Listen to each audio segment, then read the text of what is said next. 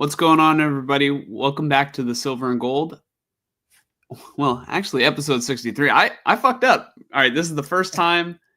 This is 63 episodes in, and I was not locked in for the intro. I'm Josh. I'm Mike. And we're ready to get into the 49ers versus Bears recap. The Niners actually look like the Niners of old.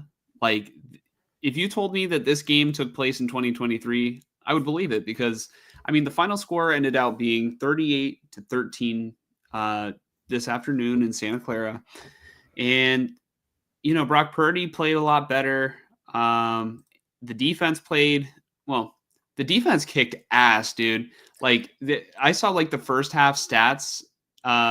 Did the Bears only have 4 yards?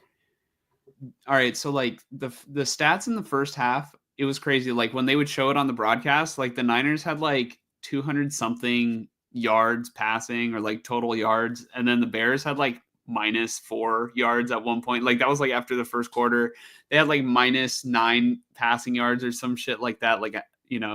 At some point in the first half, I just remember seeing that and I'm like, damn, that's crazy. But this is the first Niners win. Yeah, sure. At least in the Shanahan, sort of the successful Shanahan era. You know what I mean? Like 2019 type. Yeah, 2019 to now. Yeah.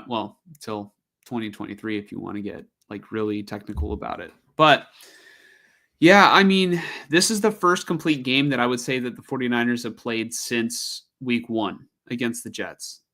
And we're in week 14 now, and I feel horrible saying that, but it was kind of predictable heading into the season that this Niner team is just going to be a little bit inconsistent because that's what we see from Super Bowl hangover teams.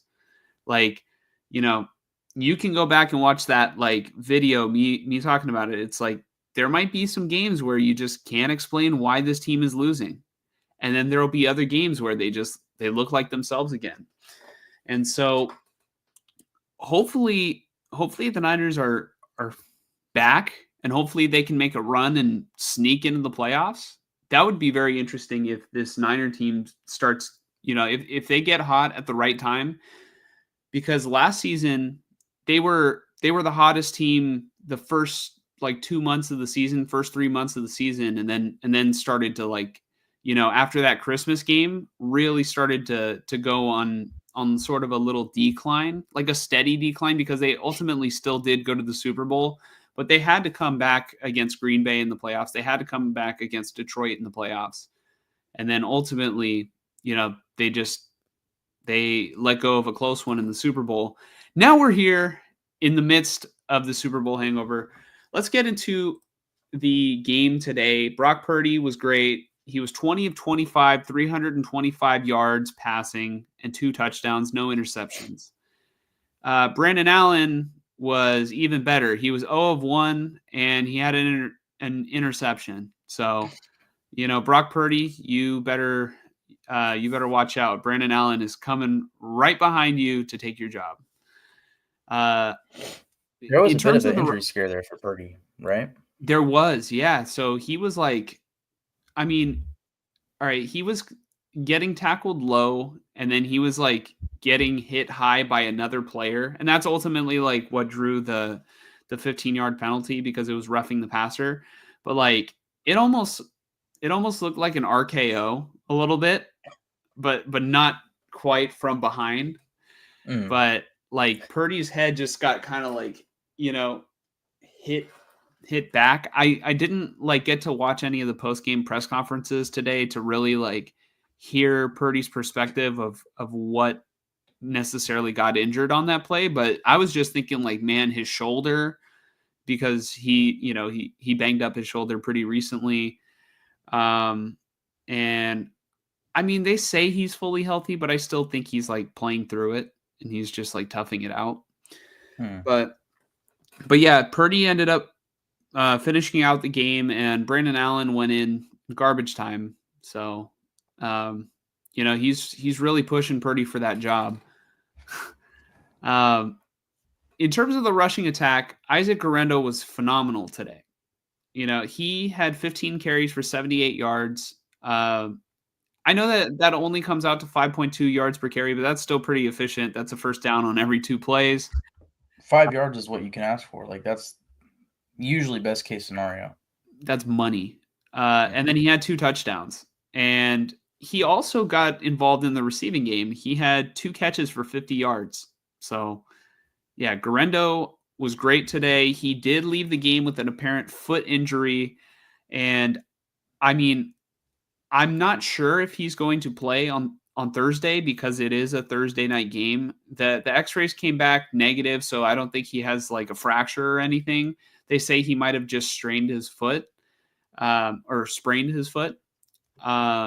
But I did see something on like this 49er page on Twitter, and I don't know where they got their source from, but like they kind of confirmed the suspicion that I had that like Guerrero left the game. Like, yeah, I mean, he was a little hurt because of his foot, but it was also like a precautionary thing with him because the game was just so out of reach. It was 38-13, the final score. Like, you don't need to push it if you're like, banged up, especially since like he might be their like last really good running back left, because it's not working with Deebo Samuel anymore on those carries. Deebo, 5 carries, 13 yards. Fucking horrible. Not the worst, but it hasn't worked for a couple of years. Having ever since McCaffrey got here, we just don't need Deebo from the backfield, and teams have already adjusted to it. Patrick Taylor Jr. did come in the game in replacement of Isaac Guerrero. Taylor Jr. had 7 carries for 25 yards and a touchdown. He looked fine. Like I said before, I think we saw Patrick Taylor Jr. get a couple carries earlier this season. It might have even been preseason, but I remember saying he looked solid. Like, he looks fine. So the Niners running attack really, like, obviously it benefits from having great athletes back there, but it's not everything. And then Keyshawn Vaughn did get 2 carries for 4 yards, which was the least efficient on the team. But, I mean, what more can you ask from a guy who's like, all right, McCaffrey's supposed to be number 1, Mason number 2, Guerrero number 3, Patrick Taylor Jr. Theoretically number 4, Deebo 5, Purdy running the ball. Man, I'm so upset that read option got called back for Purdy because it was a really good play. And it got called back from a hold from Ricky Pearsall, who I think he contributed today. 1 catch for 5 yards. Yeah, excellent first-round pick. Those 5 yards were more important than any other 5 yards in the game. So, I just want to give a credit to the 49ers because I think that they would be a worse team had they not taken Ricky Pearsall right there. But in terms of receiving, George Kittle had 6 catches for 151 yards. He was fantastic today. Incredibly efficient. Didn't get a touchdown, though. But that's 25 yards per reception. 25.2 if you want to be, exact. Juwan Jennings. Crazy year.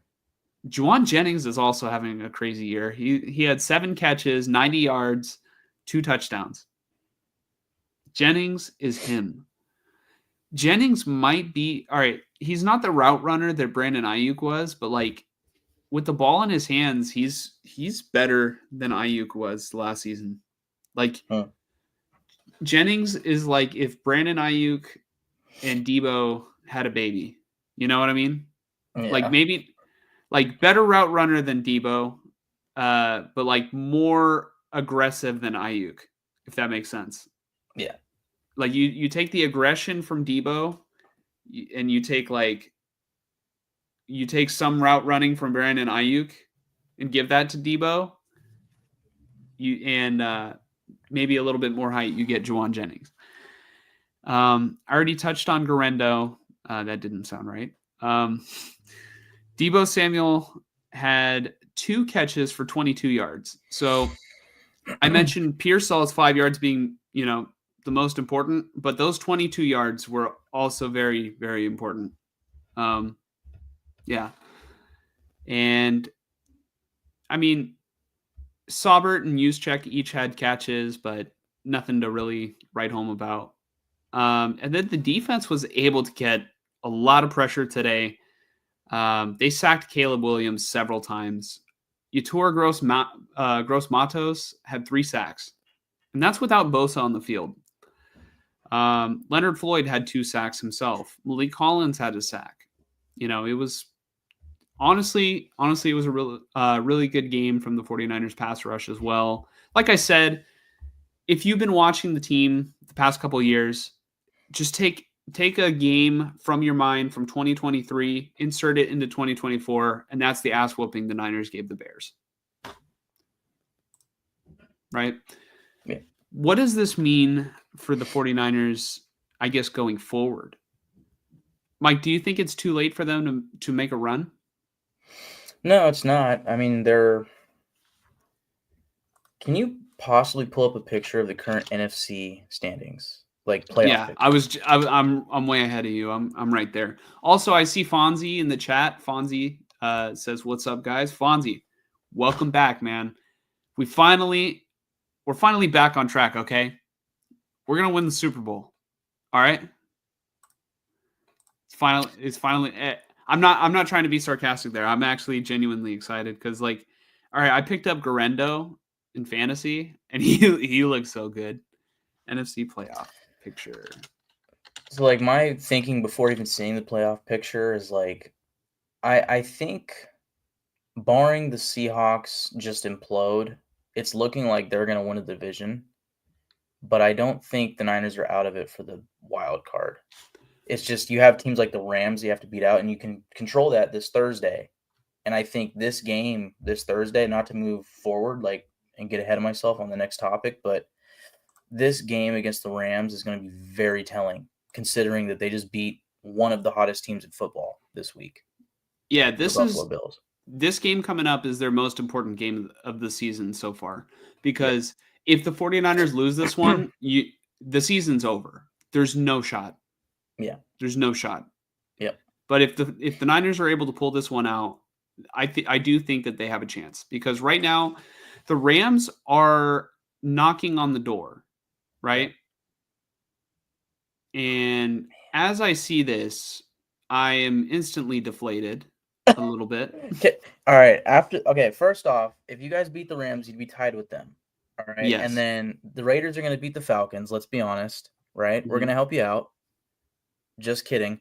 But still, you would be tied with the Falcons, if I'm not mistaken, because you're 6-7 right now. Right. Same with the Cardinals. So you're right there. Yeah, you're right there. You're just one game behind the 8th seed, and then it's about Washington. Now, the next thing I'd like you to do, if possible, so just looking at it really quick, you're probably not catching up to the Packers, but the Commanders are within reach. You're 2 games behind them. The Rams are the next closest team. You're facing them this week. You can control that, right? Is that too zoomed out, or is that actually better? It's probably too zoomed out. I would just zoom into where you can see the Vikings to the Rams. Is that better? That's probably all that matters. Yeah, that's good. I think I can read it. That's better. Okay. Yeah, that's good. But I would say after we look at this, I'd like to see the Seahawks schedule. Okay. Because not only are you 2 games behind the Commanders, you're also 2 games behind the Seahawks. The only thing is, with both teams, you're not facing them the rest of the year. At least I don't think you're facing the Commanders. Ooh, this is interesting. Yeah. The Seahawks have the Packers. The Packers could win that game. Then they have the Vikings. The Vikings could win that game. Can I just say the Vikings are the biggest secret in the NFL right now? It hit me when I watched I was watching Red Zone today, and it was hitting me when they were beating on. Were they playing who were the Vikings playing today? It wasn't the Cardinals. That was the Seahawks. It was the Falcons. Yeah, they were beating up on the Falcons, and I was like, this team's about to be 11-2. Nobody's talking about that. I'm telling you right now, Kevin O'Connell is the coach of the year for sure. No, not a doubt in my mind. Like, there's nobody else to give it to. I know, like, you could give it to the Lions coach Dan Campbell. Maybe you could give it to like Mike Tomlin, but I don't care. Nobody deserves it more than Kevin O'Connell. Anyways, I would give it to O'Connell over Tomlin. I do think that a conversation needs to be made about Dan Campbell. yeah, and I love Dan Campbell, but I just think the predicament that the Vikings were in, and the fact that nobody expected them to be this good, and yet consistently like 11-2, and they're one game away from the Lions. Like, that's wild. They should get Brian Daboll coach of the year of how bad he's fucked up the Giants, dude. Yeah. I mean, we'll talk about the Giants when we get to the Raiders, but okay. Yeah, no, I see for the Seahawks here 3 very losable games. And the Rams game is it might be a fight to make the playoffs between the two teams. Yeah. So, yeah, I mean, to me, looking at this and the playoff picture, the Niners are not out of it. It's just you need some help. That's the only issue. Yeah, so they definitely do need some help. I would say I don't feel good about the 49ers taking the Commanders' spot in the wild card. I don't think that's going to happen, but the 49ers still could win the division if the Seahawks do go on a losing streak. Yeah. Because if the Seahawks lose the next 2 games, it could be a race for that spot, because the 49ers going forward have the Rams and then the Dolphins, 2 winnable games, I'd say, for the Niners. And then they just have to, they have to take it from the Lions. Well, I mean, you're 2 games behind the Seahawks. Okay, did you beat the Seahawks this year, or is it you lost both? No, we beat the Seahawks once. Okay. Almost lost it. We almost choked in that first game, and then the second game, Seahawks, they won. Yeah. So, I mean, in theory, I think if the Seahawks lose 3 games moving forward out of 4, and you guys only lose 1, you could be tied with them. And then I'm just curious what the tiebreaker would be. I guess strength of schedule, which... Yeah. Frank says Seattle has almost every tiebreaker. Okay. Yeah. So I'm sure a conference record might be one of the tiebreakers, right? And the Niners have lost so many divisional games. Right. Yeah. Yeah, it's tough. I mean, there was a shocking team today that played really well. I'm not thinking of who that was. But somebody, I don't think it was the Packers and the Lions. Like, the Lions ended up winning that game, but there was a game this weekend, I swear, where I was like, whoa, I didn't expect that. Like, any given week, the Niners could beat the Lions. It's just, you got to bring your A game. You got to be healthy, I feel like the Jets played pretty well today, despite them losing. Right. Who could it be? Let's see. I'm looking at the playoff teams. I mean, the Eagles. You know what? It was the Rams over the Bills. That was the game where I was like, whoa. Yeah. Like, not overly shocking, but just like, wow, like, okay. And I think that's a good segue into talking about the Rams. Mike, how do you think that the Niners game against the Rams is going to go? Because both teams right now the vibes are high on both teams. Obviously they're not in the position that they want to be in their season, in the playoff hunt. They're on the outside looking in, but right now both teams are playing probably the best football that they played all season. Yep, and looking to make a big playoff push to end the season. How do you see this game playing out, Mike? How did the Niners stack up? Yeah, it's tough. I mean, all right, the Niners just beat the shit out of the Bears, and that was without Trent Williams and Nick Bosa, right? Yeah. In theory, you would like to think that maybe they've been getting them healthy for a game like this, and you can go out there fully for lack of a better term, fully healthy with Trent Williams, Nick Bosa. the big question for me, along with those two guys, is Isaac Guerrero. Will you guys have him in this game? Because if not, then your run game might struggle, right? Which, I mean, the Rams were not allowing the Bills to run unless it was Josh Allen, seemingly, you know? So, I mean, if you don't Mhm. have Guerrero in this game, that's you're basically just asking, can Purdy get it done at that point?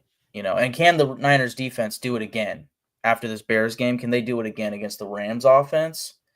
I think that's a different task, considering the coaches that you're facing week by week. Like you just had the interim coach, and now you have Sean McVay, who I think is one of the top 5 offensive play callers in the league. So it's a tough one.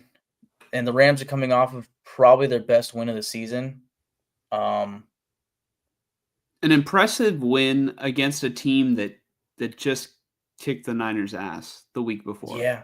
That was definitely something I was thinking was like, man, like look at the difference here. But I mean, again, against the Bears, it's like, well, look at the difference on the Niners. Like I've been saying it all season. Like I fully expect Shanahan to get this team on like a second half, you know, ramp up and play better sort of uh, comeback, if you will, for the season. But could it be too little, too late, right? Mhm. But we know how the Niners can play. So can they play like that on Thursday? You know, but I think the same could be said about the Rams, where it's like, the last season and a half, it's like, yeah, we don't really know what to think of this Rams team. But deep down for me, it's like, I know they can do what they did to the Bills today, like any given Sunday, because of Sean McVay, because of Cooper Kupp, Puka Nakua, dude. Oh my goodness. I Dude, don't know if you saw the Puka is catch that he so had. good. No, He's I didn't watch much football, uh, outside of 49ers and some of the football games in the morning. search. Uh, Well, I don't know if you could play it. Maybe without audio, if you could play the Puka Nakua catch from today. all It's a right, let me sideline toe tapping catch. It's really good. And they kept giving him jet sweeps in this game. I was like, dude, like it almost became a little repetitive, but Oh my god, yeah. Puka's yeah, crazy. Dude, he's good. He's good. all right, Puka's the one player on the Rams I'm just like, wow. I love that kid. He's got a good personality to him. Like he's always smiling. He's one of those people, Yeah. You can't help but Like not dislike him. he's on the wrong team, but I don't know. He's very likable, I think. And like Yeah. I think there's something to be said about like players in the NFL who just like kind of stand out because Puka Yeah. definitely stands out. Like if you were to just line him up, like he's just different and he kind of Yeah. plays different, And I love the way he blocks. So, Yeah. And you Cooper know, Kupp too. There was a like screen pass to Puka in this game where he got a touchdown and Cooper Kupp just lit up the defensive back. Like once the catch was made, he was just plowing this dude. I was like, yeah, man, this team. yeah, I Oh think man. I like Puka more than I like Cup, but yeah. Yeah, I mean, right now, yes. I've always liked Kupp, and I think at his peak he's been better. Hmm. Yes, this Chris, I is do live. see welcome to the silver and gold. We will be taking your comments just in a little bit. Sorry to cut you off, Mike. You're I good. just wanted to verify we are live and we will be reading. If anybody else Yeah. wants to drop comments, we'll get to it. Yeah. No, but I think Cooper Cup at his peak, what, 2 seasons ago, 2020, was it 2021 or 22, where he had the Triple Crown? The Super That Bowl was season, 21. It was the same 21? season that Debo went ballistic. Ballistic, yeah. Yeah, but, that was one of the best seasons I've ever seen from a wide receiver, dating back to, like, Calvin Johnson, some of Julio Jones' career. Like, I put him in line with that sort of vibe, even Antonio Brown. Um, Whereas Puka, I mean, he's so young. Like last year, as a rookie, right? Last year was his rookie year where he Puka? broke the Yeah. record. Yeah, Yeah, he yeah. broke the record for most receptions for a rookie. Like Puka's on track to be if he just keeps it up, he should be a Hall of Famer. That's way too early to say that, but like if he keeps his career year in year out the way he's played the first 2 years of his career, Yeah. he'll do it. But to get back to the question at hand of how do I think this game's gonna go? Real quick, before we get back to that question, I do want to say you brought up Calvin Johnson and Yes. Cooper Kupp. Both had Matthew Stafford at quarterback. And one thing I have to say is Matthew Stafford he and Aaron Rodgers are the type of quarterbacks that are just like, you know what? Like other quarterbacks try to distribute the ball to like everybody. They're just like, fuck that. I'm throwing it to the guy that I know is going to be open like most of the time. And I kind of like it that way. It's like very consistent. Oh, and it's great for fantasy. But I mean, yeah, I like it fantasy wise, but I do think it from a football perspective, like I do like the way that, Purdy distributes the ball. Jordan Love gets multiple receivers, going because it is an advantage for an offense to not, the other teams don't know who exactly to game plan for on any specific week, but it just the Packers drive me nuts, dude, because Jaden Reed, I think, is clearly their best receiver, or at least their most consistent one. And they are incredibly efficient when they get to use him. And then they just decide, you know what? Fuck that. Yeah. Fuck that. Get in there, Wicks. Yeah. And Wicks drops the ball so consistently. Yeah, so really quick, I'll try to make this as quick as possible, but I'm in a fantasy league where the playoffs started this week, and I thought that I made a genius move of drafting Jordan Love and Jaden Reed, back in the draft, which I thought was, it's fine. Jaden Reed's been good, but this week he wasn't. He zero bombed me, he goose egged me. And, nice. And I wasn't going to start him until I had a phone call with a close friend of mine, and I was like, you know what, Mike, should I start Jaden Reed this week? And you're like, I think I would put Malik Neighbors on the bench. And I'm like, yeah, but I really want to play Neighbors. Obviously it was my decision. Like at the end, I was just like hearing so much about, and I know we're going on like a little fantasy rant here. I was just hearing so much about like, oh, the Detroit Lions are, really struggle against slot receivers. And I'm like, man, I'm like, this is like a home run swing, where like I might strike out here, which I did. I got nothing out of Jaden Reed, and you got nothing. Yep. Luckily, I won my matchup, thank God. But I needed Kyron to get me there, and Cooper Kupp. Actually, I had both of them. They both got touchdowns. And I was just thinking about like, you're probably, standing over there, like sitting over there, like smiling. You're like, yeah. You're like, because I had a chance this week to potentially get like the point champion award in our league, which, $75 is $75. Yeah. How'd that go? Moving on. What were you... no, but what was I saying, dude? In terms of the way that this game is going to play out, or were you talking about your fantasy league? You won this week. Yeah. I don't know, something about Jaden Reed, but that's besides the point. Yeah, as far as this week with the Niners and Rams, where is this game being played? It's in Santa Clara. It's a home game for the Niners either way. It's Thursday night prime time. God, this is tough. My gut's telling me Rams. My gut is telling me Rams. I can't. I don't think I can pick against them after seeing the way that they played against the Bills. In contrast to the way the Niners did 2 weeks ago.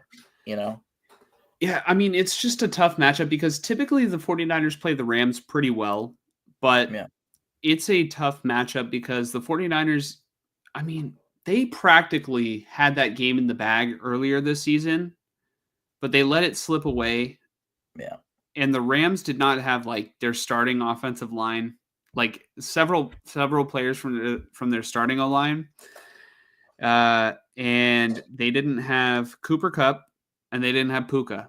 Like, they didn't have their entire passing game. And they just ran it down the 49ers' throats with Kyron Williams. I think he had like 2 or 3 touchdowns in that game. And I think I played you, like in fantasy. Speaking of fantasy. Yeah. And I was like, well. That's right. Kyron went off in that game. Oh, my gosh. Yeah. So, I mean, my mind is telling me the Rams probably can win, are going to win this game, but my heart is telling me to pick the 49ers, not just because I'm a fan, but I did see things that were, corrected, issues that were corrected in this game, against the Bears for the 49ers. And if the 49ers are playing their best ball, I like their chances against LA. For all I know, Garendo doesn't play in this game and they struggle to run the ball, and then that's a big factor into it. But I don't know. Give me the 49ers. Who are you picking, Mike? I'm going to go with the Rams. I think it'd be very interesting if the Niners win. It would make the season more intriguing moving forward, but my gut's just telling me Rams. Interesting. So it's been a while since we haven't picked the same team. Yeah. Since week 1. Right? Yeah. Yeah. What's funny is I was going to say, if I just pick the same picks as you the rest of the way, I beat you in the Niners category. And then for the Raiders category, if we pick the same teams the rest of the way, you would beat me. But I'm taking a risk. Here. But, I don't want to go based off of, am I going to beat you? I'm just going to go based off of, who I think is going to win. So, like I said, my brain, I'm not so confident about this one because my brain tells me that the Rams are going to win, but it's a home game for the Niners. I just don't see it. Like, I feel like the momentum can go in SF's way. Yeah. And yeah, just I'll take Niners. Let's get to some comments. Oh, before I get to comments, I do want to say I didn't get to talk about this in the Bears recap, but there was this moment in the game where Shanahan challenged a play, and dude, he threw the challenge flag so far. I've never seen a coach like throw a challenge flag so aggressively. It went to midfield. You know how coaches will normally just like toss it, like literally just drop it. Just like drop it. Dude, he like full. Let me see if I can find that. I need to find that. I'm gonna find it and play it here. All right. Shanahan challenge flag. Bears.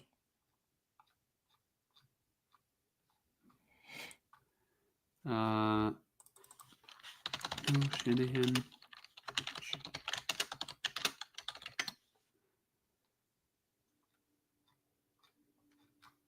Where is it? Come on.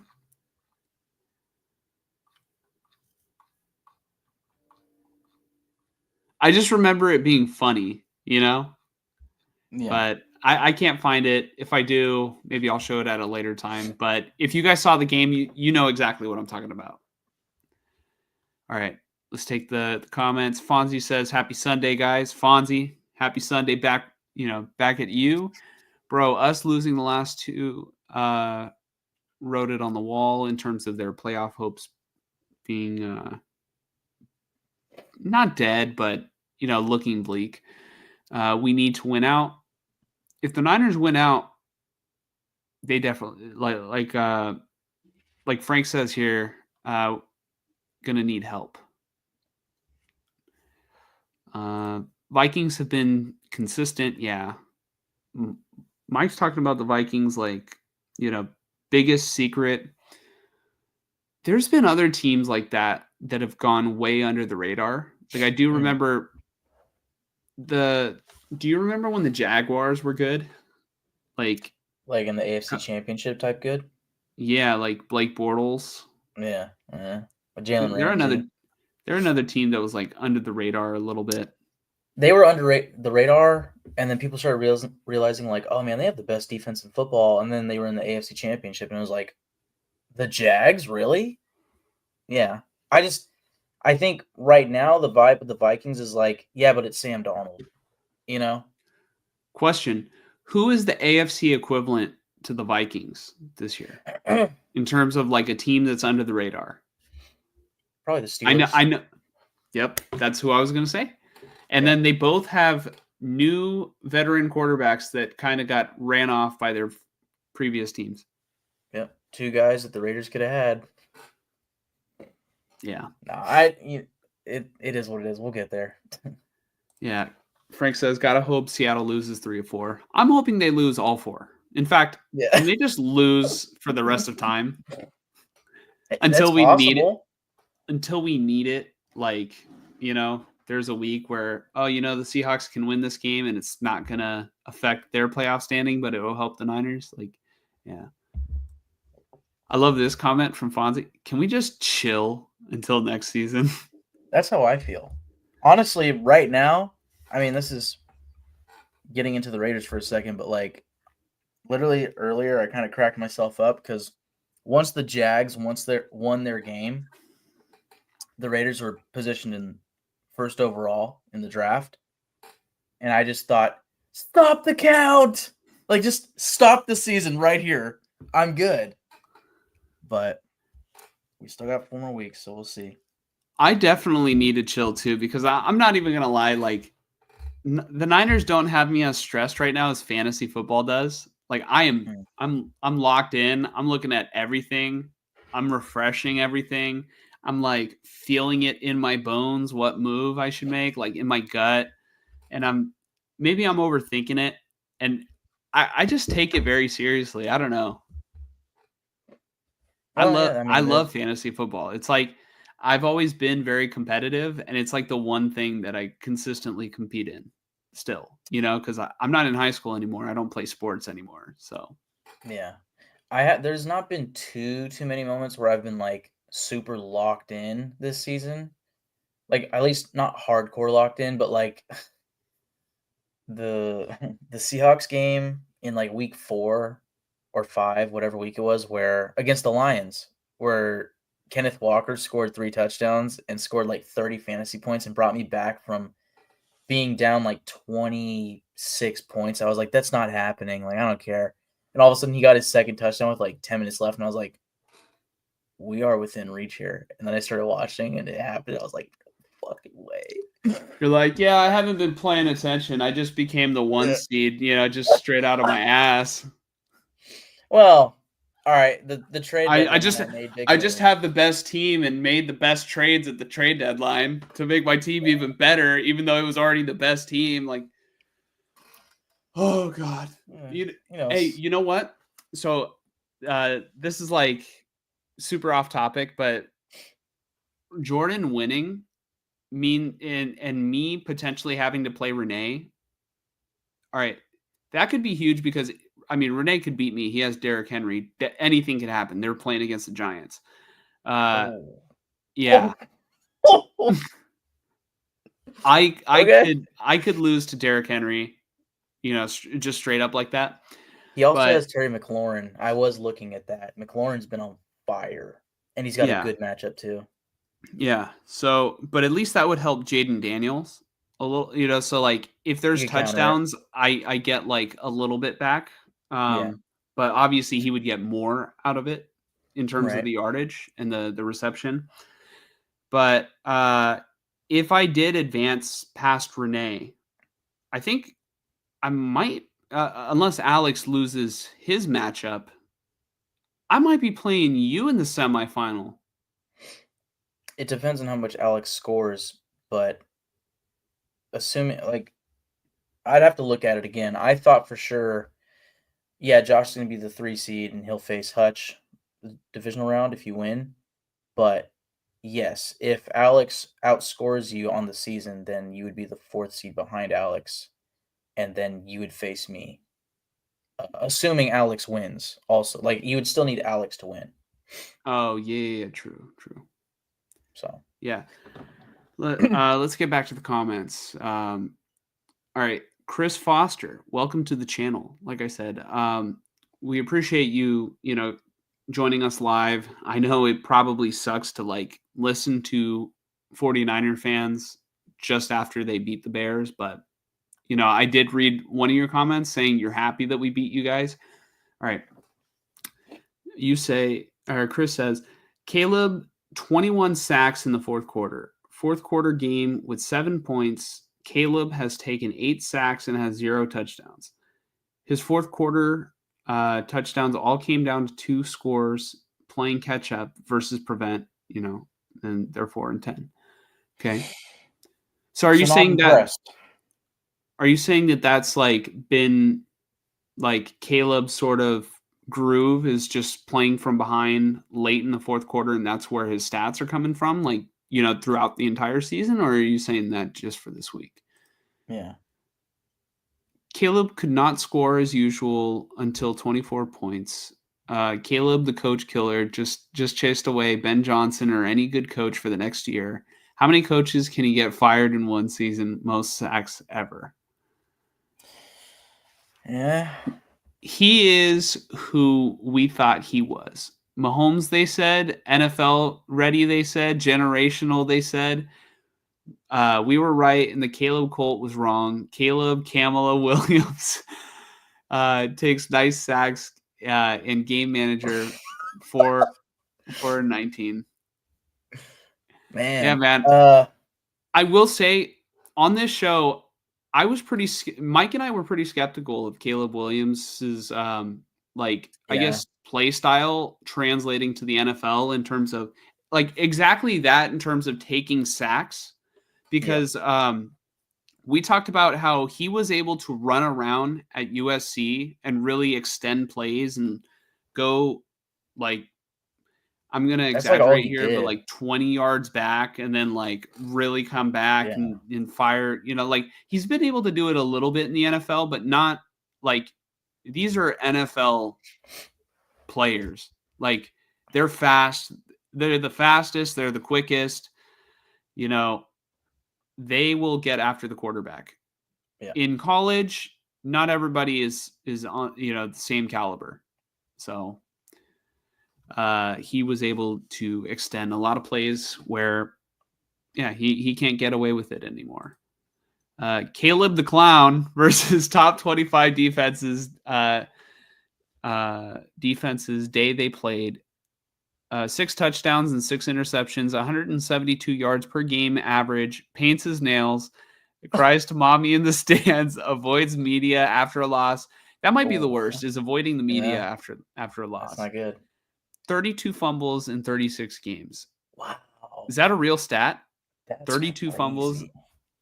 Yeah. Chris the really fumble does not. Oh, that's what I was going to say. I hope I'm not like Chris next year with whoever the Raiders draft. Yeah. Mike's going to be like, Shedeur Sanders. Yeah. Fucking bum. Yeah. Fuck this guy. We're ruined. Cries to daddy. Yeah. Yeah. Fuck.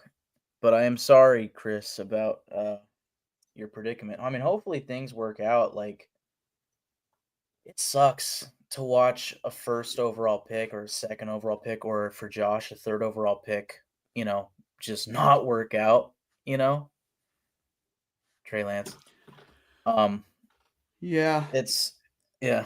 Hey, Chris, at least you got other 1st-round picks in return for that trade for Bryce Young. And all right, I want to talk about that. The way we looked at that trade, a couple weeks ago versus the way we're looking at it now, we're seeing Bryce flourish. And that's literally all I can think is, man, what's a guy what could a guy like Trey Lance have done if he actually was able to play? Or have the right coach. Like you've said with Shanahan, he doesn't develop quarterbacks, right? No, Um, he maximizes them to and hides their flaws, yes. or at least Whereas a tries to hide coach, their flaws. Their flaws. yeah. Whereas, I mean, let's be honest, the Bears, like, they didn't have anybody impressive as an offensive coach. Like, was it Shane Waldron, I believe, was their offensive coordinator that they fired? Like, Yeah, coming out of Seattle, like, I remember Jackson Smith and Jigba was like, good luck. Like, if you got a player saying that in the media, like, he's probably not a good fucking coach. Um, and now you have the interim coach, which is like, I mean, the Raiders know a thing or two about that, but it not there's not much to expect from that. Like, you got the Bears need a good offensive minded coach, as I believe the Raiders do too, as far as getting a quarterback in there and developing them. Um, like I like as far as Caleb Williams goes, I think we all know he has the tools. It's just he's like you were talking about, like he's come from this USC offense where it was like nothing but success and yeah.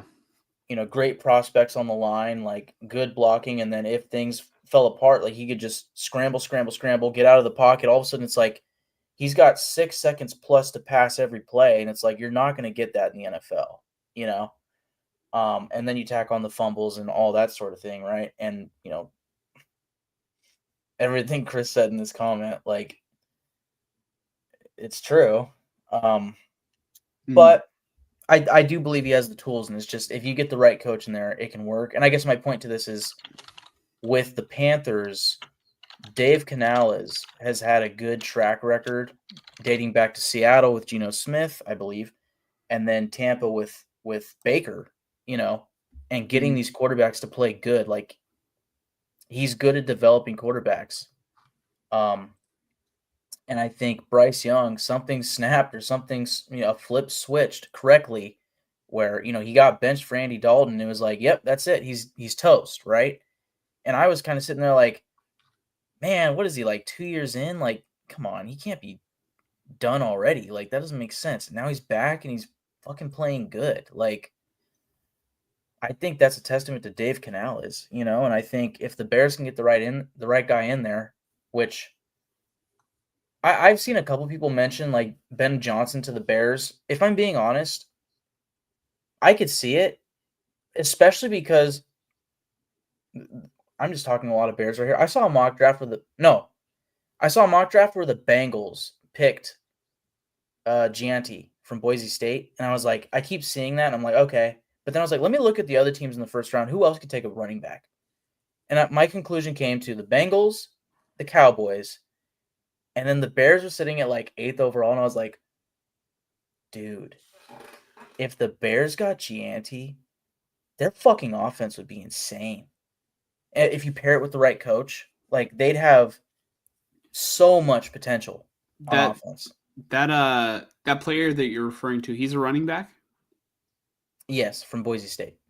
The Bengals are not going to get him. The Bengals have far more problems than their running back. Every mock draft I see the They'd be Bengals taking insane. Gianti. Yeah, they need an offensive line. Chase Or Brown is good. yeah, yeah. I think honestly it could be Dallas, or I think it'd be a similar situation to Bijan to the Falcons where the Bears could take Gianti and it'd be like their fucking offense, if it can just pull together, would be insane. Because I'm their not offensive line isn't fuck. I I'm mean, they not give I'm up how not many sacks? saying they wouldn't do it because like I was shocked that the Lions selected Jahmyr Gibbs, and look at how great that pick was Mm, or is. yeah. Yeah. But yeah, Chris is not a fan of Caleb Williams. Yeah. Also, Chris sort of chiming in on the Rams front in terms of the preview. Rams are way better offense than the Bears. Yeah. Yeah, and I think that comes down very much so to coaching because again, like the talent is there for the Bears. It's just getting it to come together, and it's probably an offensive line thing too. And like Chris is saying, it's also probably a Caleb sensing pressure thing. Like one thing I was going to say earlier is like that fumble that he had. I was a little confused watching the play Mm. because it was like, oh, is that a tuck roll? Is it not? Oh, that was a fumble. It didn't matter because he threw it backwards. Yeah. I don't know how they called that incomplete in the first place. It Right. didn't go forward. Yeah. So, It was stupid. yeah. I don't think that was the play that Shanahan threw that flag so aggressively. I think it was the one that got overturned where Keenan Allen like scooped up a ball that hit the floor or that hit the ground, and so they called it incomplete. Well, they initially ruled it a catch, and then Shanahan it was awesome to see it live because like you see Shanahan at the bottom of the screen, right? As the Bears are about to run another play, and Shanahan's like looking, and dude, it looked like something from wrestling, man. Because like you just hear the crowd see Shanahan contemplating it, and like he's like, and then just like chucks it hella far, dude. I don't know. That was hella funny. Frank says, you never know when it's the Niners and the Rams, regardless of their records. That is very true. And Yeah. I have heard that several times from Pia's dad. So shout out to Pia's dad. He says it doesn't matter who is good, who is bad. It's going to be a crazy game between the Niners and the Rams. It always is. Fonzie, dang, someone hates Caleb. Yep. Chris definitely hates Caleb. Let's see. Hey, you know what? To start this season, I didn't like Shitter Sanders, and I'm warming up to him. So, Chris, to you, I say, hopefully in the next 3 to 4 years that Caleb is under contract, hopefully he comes around for you and your franchise that could desperately use a franchise quarterback. Yeah, Chris says, even though Fields sucks, I wanted Haui again.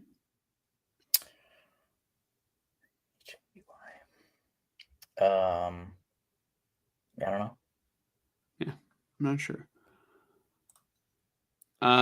Trade New England, take Marvin Harrison Jr., 3rd overall. Trade up from 9 to 5. Take Joe Alt. Take Jackson Powers Johnson in the 2nd round. Get New England top 5 pick in 2025. Still have shitty Fields, but good pick. Okay. I think I'm understanding the previous one a little bit. Instead of line instead of the worst line. Yeah. Chris was happy that the Niners kicked the Bears' ass today. He wants that top draft pick already. So, what I guess to Chris here, what would you want the Bears to do in the draft next year? Like, what is the best case scenario? Is it Travis Hunter? No, because you already got a Dunze. So, are you thinking quarterback, or are you thinking like best offensive lineman, or what? What are we thinking here? That's what I'm curious. It's got to be best offensive lineman. Yeah. It's got to be because the Bears defense isn't even that bad. The Bears defense is not that bad. They were bad on Sunday, but I mean today, but yeah. Chris, never trust Green Bay wide receivers in fantasy. Yeah, that was a hard lesson I learned this week. I literally like every single time I would think about it, it bothered me this weekend. So I'm like, you know what? I might have just costed myself $75, but I learned a lesson that was priceless. I know who to start the rest of the way now. That's what I got this weekend. I got closure. Like I was like, all right, I have to platoon my receivers the rest of the way. No, I pretty much know. I know who to go with the rest of the way. My guys are Devontae Adams, Malik Neighbors, Calvin Ridley, and Jaden Reed. And I think I will go with the first 3 options before I get to Jaden Reed again, even if his matchups are good. Let's see. Chris's prediction, Rams 31, Niners 17. Fonzie says Rams looked good today. No lie. Yeah, they did look good today, but now they have to play a real team. No, I'm just playing.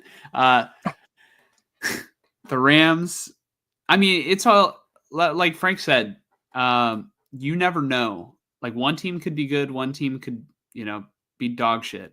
And then like the game is just crazy. Fonzie says, if we play like we did today, then we win. That's kind of how I feel. If the Niners can play to the standard that they upheld today, I mean, same could probably be said like for any Rams fan. Like if the Rams play the way that they did tonight, they can win. But the thing is, the Niners play in such a way where if they are playing at the level that they played against Chicago, they dictate the time of possession. And if they're getting to the quarterback, I see it being like we've seen it before. This was always a thing with the Niners and the Rams the past couple of years with Shanahan and McVay. Shanahan just, calls a good game against Sean McVay. And typically they've been Debo games, but we're not getting Debo anymore. Yeah. The Debo unless we he's once got knew one is last gone. hurrah. The Debo we once knew is not here anymore. He is no longer with us this year. Yeah. He can come back next year. He can come back next year and be better, but I'm not going to bet on it. Yeah, it'll be for the Baltimore Ravens anyways. Yep. No, that's what it's going to be. And that would be a good fit for him. So that way he can play 0% of the snaps alongside Deontay Johnson. Yeah. Right. I wonder if he would fit good with the Chargers. I think Harbaugh would like him because Harbaugh liked Anquan Bolden. And Bolden was like a tough receiver that wasn't like too fast, And like obviously Harbaugh likes fast players, but I think more than anything he wants tough players. Debo's a tough player. At the end of the day, I can't say that Debo Samuel isn't tough. Like he's genuinely, he's built different. Frank Weber says Buffalo was probably coasting against the Rams today. Yeah, and they paid the price. Although Josh Allen, man, dude, I would kill for a quarterback like Josh Allen. Cue the NCIS, or the Law and Order. Dun dun. Chris giving a reality check saying we faced the worst team in the NFL today. Yeah, one of the worst at least. Mike, Chris is rooting for you. Hey, stop it. No. Hey, we just lost O'Connell, so no. Mm-hmm. He says, I've done fantasy probably before you guys were born. That is probably true. Leave a comment. How was fantasy like before the digital age? Like in terms of like it being on smartphones and everything? Because I remember I started like my first technical year was in 2013 of fantasy. And I had an iPod Touch. And when I did not have Wi-Fi, it was just impossible. It was like, oh shit, this player's out. All right. And then I stopped paying attention. But then afterwards, my parents decided they loved me and I got a smartphone and I became a champion somewhere along the way. So multiple times. Yeah, I just remember one time going with my dad to his friends when they did a fantasy draft and everybody was using, pen and paper and then like they were going in a circle and picking players off their list. That's all I remember. But I don't know how people were able to look in the newspapers, find the stats, jot them down. Like that was the commissioner's job, I'm assuming, was to do every single matchup. Like, no. No way. Frank says, did Moody hook another field goal today?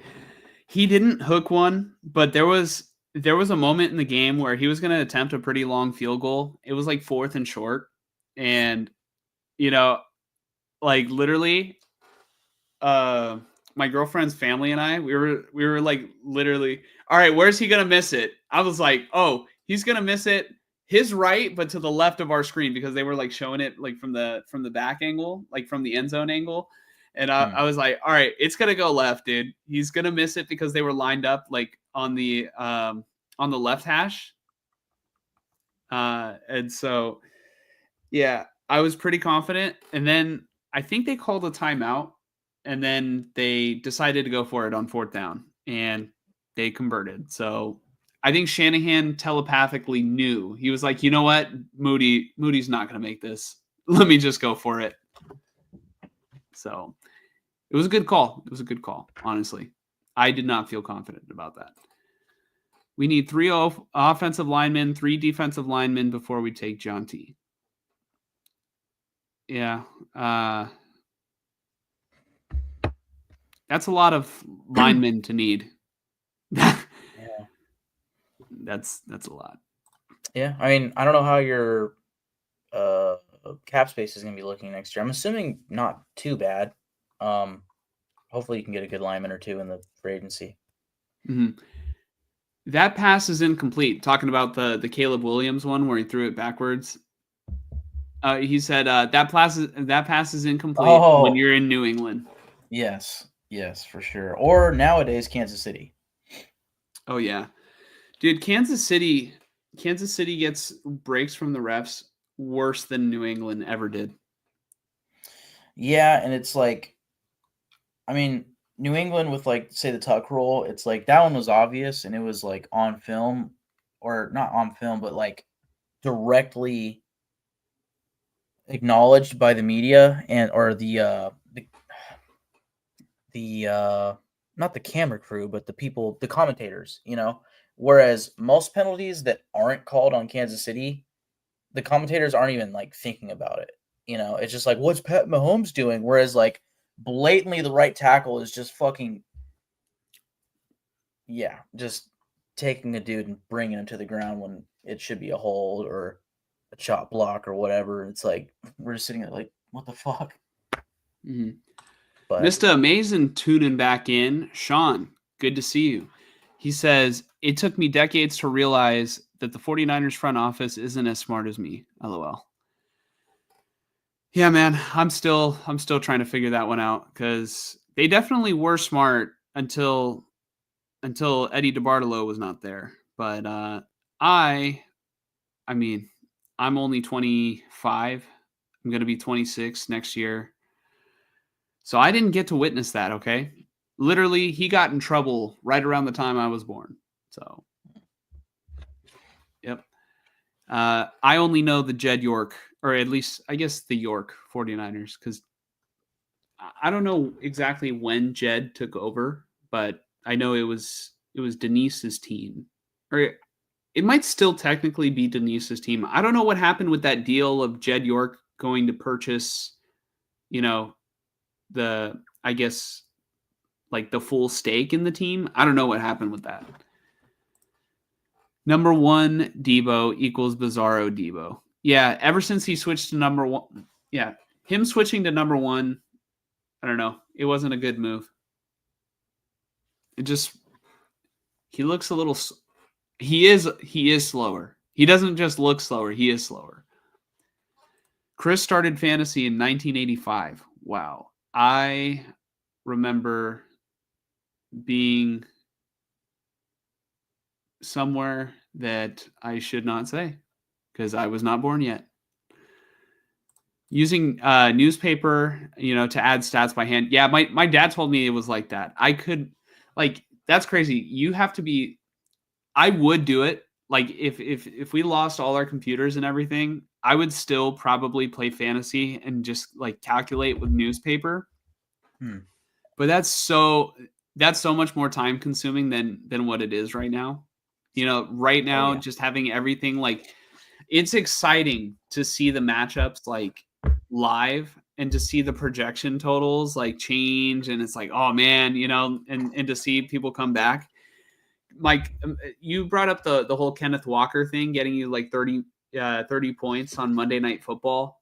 You really wouldn't like know how that would have affected you. Yeah. I mean, the only way, like, it'd be like homework or something, or keeping your room clean, if that makes sense. Of like, if you keep just meticulously cleaning little things day by day, rather than like throughout the week just letting it all pile up, and then on like Saturday or Sunday deciding I'm going to clean all of this at once, or like the dishes. Like if you let every little utensil and cup just pile up in the dish, well, not the dishwasher, the sink, sorry. Like come the end of the week and you'd be like, damn, I got to clean all of this. Whereas if you just cleaned it all like day by day, it would get better. Like the best thing you could do, in my opinion, for fantasy, like on handwriting, is like as the plays happen, just jot down, all right, plus 5.5 points, and add it as it goes. But then you're doing that all fucking day, and it's like, no way. Like that's tough. But to your point, yes. Like if you don't do that, you're just sitting there like, God, I wonder what's happening right now. Whereas now it's all digital and it's done live, and it's like, it's just so convenient and fun, Mm-hmm. Chris's comment right here has me thinking about like, all right, he says, yep, me and another guy added stats, make sure we had the same totals. Do you still play in that league with those guys? I need to know that. Like, 1985, it's been a long time. Do you still play in that same league?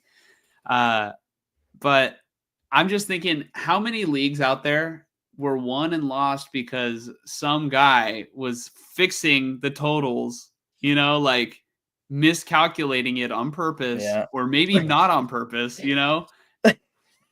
How much money was won and lost in that? But also, how much time did that take? Frank says before Fantasy and Madden, it was Pay Dirt and Status Pro. Those sound like some things that we wouldn't know about. Yeah, my generation doesn't know about that. Had to use a fax machine to send stats to others each week. Wow. Okay. I have to. So like in the 80s, all right. Were you in high school? Like I need to know, where do you find time in the day? Yeah. Man. Yeah, because the newspaper wouldn't come out. I mean, you'd have to calculate Monday Night Football too, assuming they had Monday Night Football. So you'd have to wait till Tuesday just to calculate it. Man. Yeah, I don't know. You have to get the news. You'd have to get the newspaper. So we have it so good, and then like literally, dude, in the future, I bet you it's gonna be like this. It's gonna be, oh, you guys drafted. You guys did a draft. Drafted your teams. No, we just took an AI survey and they drafted our teams based off our personalities. Yeah. Oh my God. Oh, you guys had to set your lineups? Yeah. Oh, how did that work? How did setting lineups work back then? Like you just call, hey, I'm switching out Jaden Reed. I mean, that there, what you just did. Hey, you didn't answer the phone, okay? I switched out Jaden Reed, okay? Yeah. I know he got 0 points. I know it sounds sketchy. You got to believe me. I switched him out. You just didn't answer the phone. Yeah. No, that right there, like, it's crazy because my little brother is, he's over 10 years younger than me, right? And kids nowadays, they don't do this for the phone. They do this. If you ask them, like, put your phone to your head without doing it, like with your hand. Mm-hmm. They do this because, Mm-hmm. This just looks better. It makes more sense. It's like we got the earpiece and the mouthpiece. But that's not phones nowadays. Now they have those things, but they're a brick, Mm-hmm. And we hold it like this. Which, we held that with the old phones too, but I don't know. It's just weird. Let's see. People would call and leave me line changes on answering machine pre-cell phones. Wow. Dude, imagine typos in the newspaper. There's typos sometimes too. And it's like, that's crazy. Because I mean, now there's stat corrections. Like we get live stat corrections on any fantasy app. Yeah. I even did fantasy baseball in 1985, stats by hand, 7 days a week. Oh my gosh. Man. That's like scorekeeping a baseball game, but like to the extreme. Wow. Chris, I mean, all right, question. How did this impact your life? You know? Would you say it impacted it in a good way, a negative way? Would you trade it? Because I need to know, because I put a lot of effort. I think I put a lot of effort into fantasy now. Back then, dude, I might not even have had time for anything else, you know? Yeah. I would not have had time for anything else. Ooh, he does play with 4 of them. So that league has been there since 1985. You know, and the core of that league is still intact. That's so cool. I'm hoping that the other people who are not there are still doing good. As long as you're in good graces with them, of course. But yeah. Why we always had 2 separate guys adding totals each week in terms of the people fixing stuff. But makes sense. Yeah, took an hour each Monday morning. Was in high school. Yeah, that would be the way to do it. Except like also, if you're actually playing sports too, that I just find that like so hard to manage personally. But hey, fantasy's great, dude. It's underrated, and I love that it's now as appreciated as it should be. Mike over here has still not seen the TV show The League, and I've been begging him to watch it. You know, it's a sitcom about fantasy football, or at least like the main thing is fantasy. We add all the games Monday morning, then add Monday Night Football. Okay. I was a sports junkie, and when I learned about fantasy, it changed my life. It took over my life. I was once in 20 football leagues and 15 baseball leagues per year. I coach baseball a lot. Hey, respect. My grandfather coached baseball in Sausalito. He actually founded the Little League there. Football a lot, so coached football. And yet fantasy is still my favorite hobby since 1985. Yeah. I feel it. Yeah. No, it's so fucking fun and addicting. It's not even fun. And it's such good sport because there's like great banter because like it's, at least I think for us, it's the right mix of like taking it seriously, but also knowing like, yeah, this doesn't really fucking matter. I'm still going to talk my shit and like, have that fun banter with the guys, Dude, so. I love the picture that Tyler sent the group chat. I'm going to show it. He said today, it's me every Sunday. Yeah. Yes. Pretty much, dude. Pretty much. Yeah. It's so fun. And then like I had a reality check the other day. Like maybe I have a problem. Like I'm kind of obsessed with it. Right. I'm kind of obsessed, but I told you this, Mike, when we were talking on the phone, but I'll tell everybody. This season's not even over yet. And I have a really good team, and I'm heading into the playoffs. And I could very well mess around and win some playoff games, win a championship this year. I don't know. Only God knows. I was playing video games with one of my league mates, one of my good friends, and I was like, hey man, so are you gonna do shots at this year's draft? Like, are you excited for the draft? And he goes, And he goes, draft? What do you mean? Like the one 9 months from now? Oh shit. And I was like, yeah, sorry, I'm just really excited. It's not even Christmas yet. It's not even fantasy playoffs yet. You're like, who you drafting? Yeah, so what do you think about this upcoming year? You get any magazines yet? Yeah. Oh man. Yeah. Well, for reference, I was the one that got plastered this year at the draft, so there's that. Chris says, even divorced because of fantasy, would not leave the house on Sundays. I was gonna ask that, like, did it ever interfere in your love life in terms of calculating, the scores and everything? But obviously more free time now because you don't have to do that. But I mean, unless you still do that, which I think would be crazy. But yeah, I was like, all right, Chris, please tell me somewhere along the line you at least, got like a girlfriend, significant other of some sort, like, please tell me you were at least able to live a little bit of your life. And I know life without fantasy wouldn't even feel like living, right? But yeah. I mean, at least you were married once. Doesn't sound like it ended that great, but at least fantasy didn't stop you from once living, right?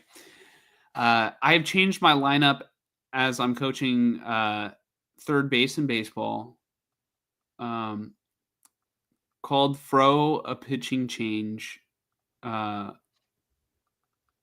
One so I could go to the bathroom just to change my lineup. Oh, okay, I got you. All right, just so I could change my lineup since I can't have phone on the field. Yeah, take it as seriously as possible. Like for me, I was just with Isaac Arendo going down, I was like literally just thinking about it. I think he'll probably be fine within the next week or two, so it's not like a major concern. And really, I don't need him to start. Luckily on my team, but I mean, fantasy is just what I'm addicted. I am addicted to fantasy football. I think about it constantly. My wife now plays in fantasy. I hope that you're talking about fantasy football. I had to find a girl that is all sports and fantasy in all my leagues with me. Yeah, I mean, let's just hope that you don't face off in the championship or like that's not going to end fun either way. Like you put in all that work the entire season and then all right, you beat your wife in the championship, she's going to be upset and then you're going to be upset. Yeah. You put in all that hard work and she beats you in the championship. Now you're going to be upset and she's never going to let you forget it ever. Oh yeah. If she beats me, then I divorce her. Oh shit. Oh, that's pretty good. Oh man. All right. Let's switch over. We're gonna do our next two topics. Well, really, all right, Mike. We did have that topic that we wanted to talk about in terms of the Richard Sherman thing. Do we want to? We'll quickly go over the Buccaneers recap, and then I'll add like a little, I guess, section for it specifically. Right? Yeah, I don't really have much to say about the Buccaneers game. We could get through it pretty quick. Or should we start? Should we start with the Richard Sherman thing? No, I think we could do it in between. Nah, let's do it after. Let's do it at the end. I don't think it's gonna take that long. Okay. Chris said, I just showed her chat and she gave me the middle finger. That's true love right there. Yeah. That's true love. That's how you know it's good. Yeah. Raiders versus Buccaneers. All right. Let's save everybody some time. The Raiders raided, right? All Yeah. right, let's I talk about mean, their. Oh, I accidentally put 49ers versus the Falcons. It's Raiders. Okay. Yeah, Raiders versus Bucks. Raiders raided, and O'Connell got hurt. yeah. Tell us how the game went, Mike. Like, you know, The final score was 28-13 Buccaneers. It didn't feel like that, really. At least until Aiden O'Connell got hurt. Um, the Raiders were in a one possession game for like most of this game. They were down like 14-10, I want to say, for most of this game. Um, and it kept feeling like, man, they're gonna get the lead, and like I really and hope they win. don't win this game. Yeah, Yeah, I was like, I really hope they don't win this game. And then it was like just I forget who. Let's see. So sorry. Can I get yeah? Okay, so the Raiders fumbled on one drive. Yeah, Aiden O'Connell fumbled on a drive. There's an interception. So there were turnovers all around. Like the Raiders defense was really good in this game. They man, like in the middle of this game, they kept stopping the Bucks offense. Like they didn't allow them to score. They kept forcing the Bucks to punt, if not turnovers. There was a Jack Jones interception in the end of the first half. um, Caleb on Chase on again. I talked about him last week. He had a really nice interception in this game, and then Trevon Merrick had a great game on defense. And just overall, again, the defense really stepped up for like the first three quarters of this game. And then again, Aiden O'Connell gets hurt. It's looking like probably a season-ending knee injury, like for lack of a better term, for sure a big knee injury. I mean, he got air casted, and I at first I thought I heard it was his ankle, but now it sounds like it's his knee. So I mean, jokingly 2 weeks ago, I was like, it looks like it's gonna be Desmond Ritter versus the Chiefs on primetime football. That's gonna be great. Well, now it's looking like it's gonna be Desmond Ritter versus the Falcons on primetime football. So, you know, I I don't know. Like Aiden O'Connell got in his one good game against the Chiefs this year, and then he wasn't playing good. He had a horrible interception in this game where he was targeting Brock Bowers and just threw it yeah, right at the I did defender. see that. Yeah, That that one wasn't was bad. good. Um, Sincere McCormick was good in this game. Unfortunately, now that it's going to be Desmond Ritter, it's like I'm really rooting for Sincere McCormick. I not necessarily that I want him to be the starter moving forward, like going into next season, but I'd love to see him as like the RB3 on this team next year, if not RB2. Like he's he's got it, He's Not that he genuinely should be a good. starter. He's He's genuinely genuinely good. good. Yeah, Yes. 15 carries, And 78 yards, yeah, which what is that? Like about just over 4 yards per 5.2, carry? 5 point. 5.2. Okay, there you go. Yeah, So I like him a lot. It's just tough because now that it's going to be Desmond Ritter, it's like chances are the offense isn't going to do as good, and because of that, Sincere McCormick's not going to do as good. But we'll see. He's got the juice to him, so um, and I mean part of the reason why he's been getting so many snaps and opportunities is because Zamir White and Alexander Madison have been hurt. I'm just curious if Antonio Pierce makes the decision or Scott Turner makes a decision that, yeah, McCormick should be the starter moving forward, because if I were in their position, that's what I would say. He's I the one running back this year that can average 5 yards per carry. I just don't know how Antonio Pierce can bench Sincere McCormick. Because all right, Yeah. I'm about to make a dad joke here, but if Antonio Pierce is truly sincere, he needs to self-reflect that he got the job right now with the Raiders because, you know, he felt like he earned it. The players felt like he earned it. Sincere McCormick is the only running back on the Raiders who is actually being efficient on the ground, actually being able to run the football. Obviously, they did change offensive play callers, but Abdullah hasn't been doing anything. And there was no stretch where Zamir White was this good this year. There was no stretch where Alexander Madison was this good. The Raiders finally have an efficient running game. Yeah. And I mean, besides Aiden O'Connell's big injury, there's not really much else to say about this game other than Brock Bowers breaking the record for most catches by a rookie tight end. I think it's 87 receptions now, which he should, he'll continue. He's got 4 games left. He'll continue to pile onto that. And that was something I said early this season was like, well, maybe not too early, but mid-season I was saying, you know what? If nothing else, let's just watch Brock Bowers break some records. Like, that'd be cool, right? And he's already broken one record. I'd like to see him break any possible record that he can break, right?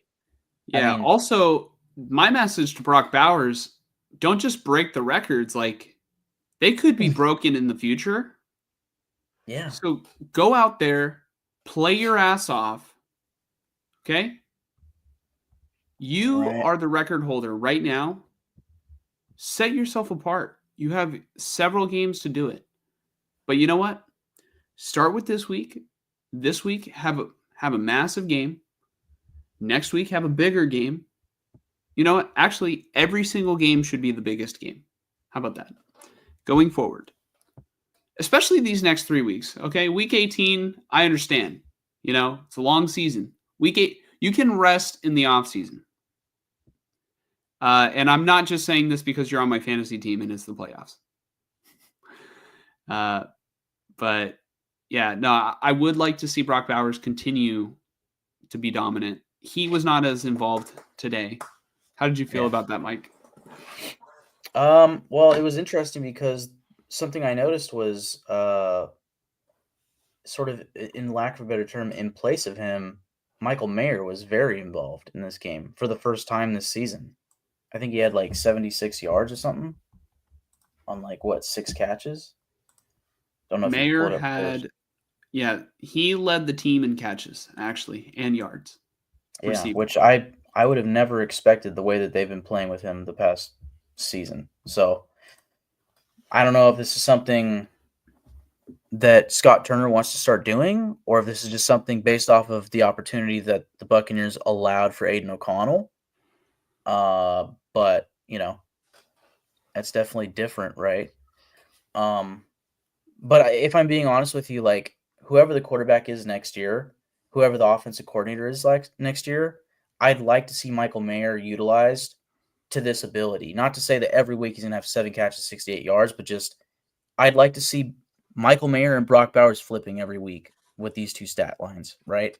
Add on a touchdown. Like, I think you can utilize the 2 tight ends. You can utilize Jacoby Myers. Maybe get another receiver in there. Probably get another running back in there. And get another offensive lineman, get the quarterback. It's starting to sound like a lot of things, but this offense can really play well if you have the right guy in charge. I'm gonna push back a little bit. I don't think that it should be alternating between Mayer and Bowers. I think the offense should be centered around Brock Bowers because he's clearly the blue chip player on the offense. And if you if you center your offense around Brock Bowers, it's going to open up guys like Michael Mayer. So I don't think they should alternate, in terms of where the game plan is. I do think that you would love to see a quarterback and you would love to call up plays for a guy that is going to be left open like Michael Mayer when you run 2 tight end sets, or line up Brock Bowers in the slot.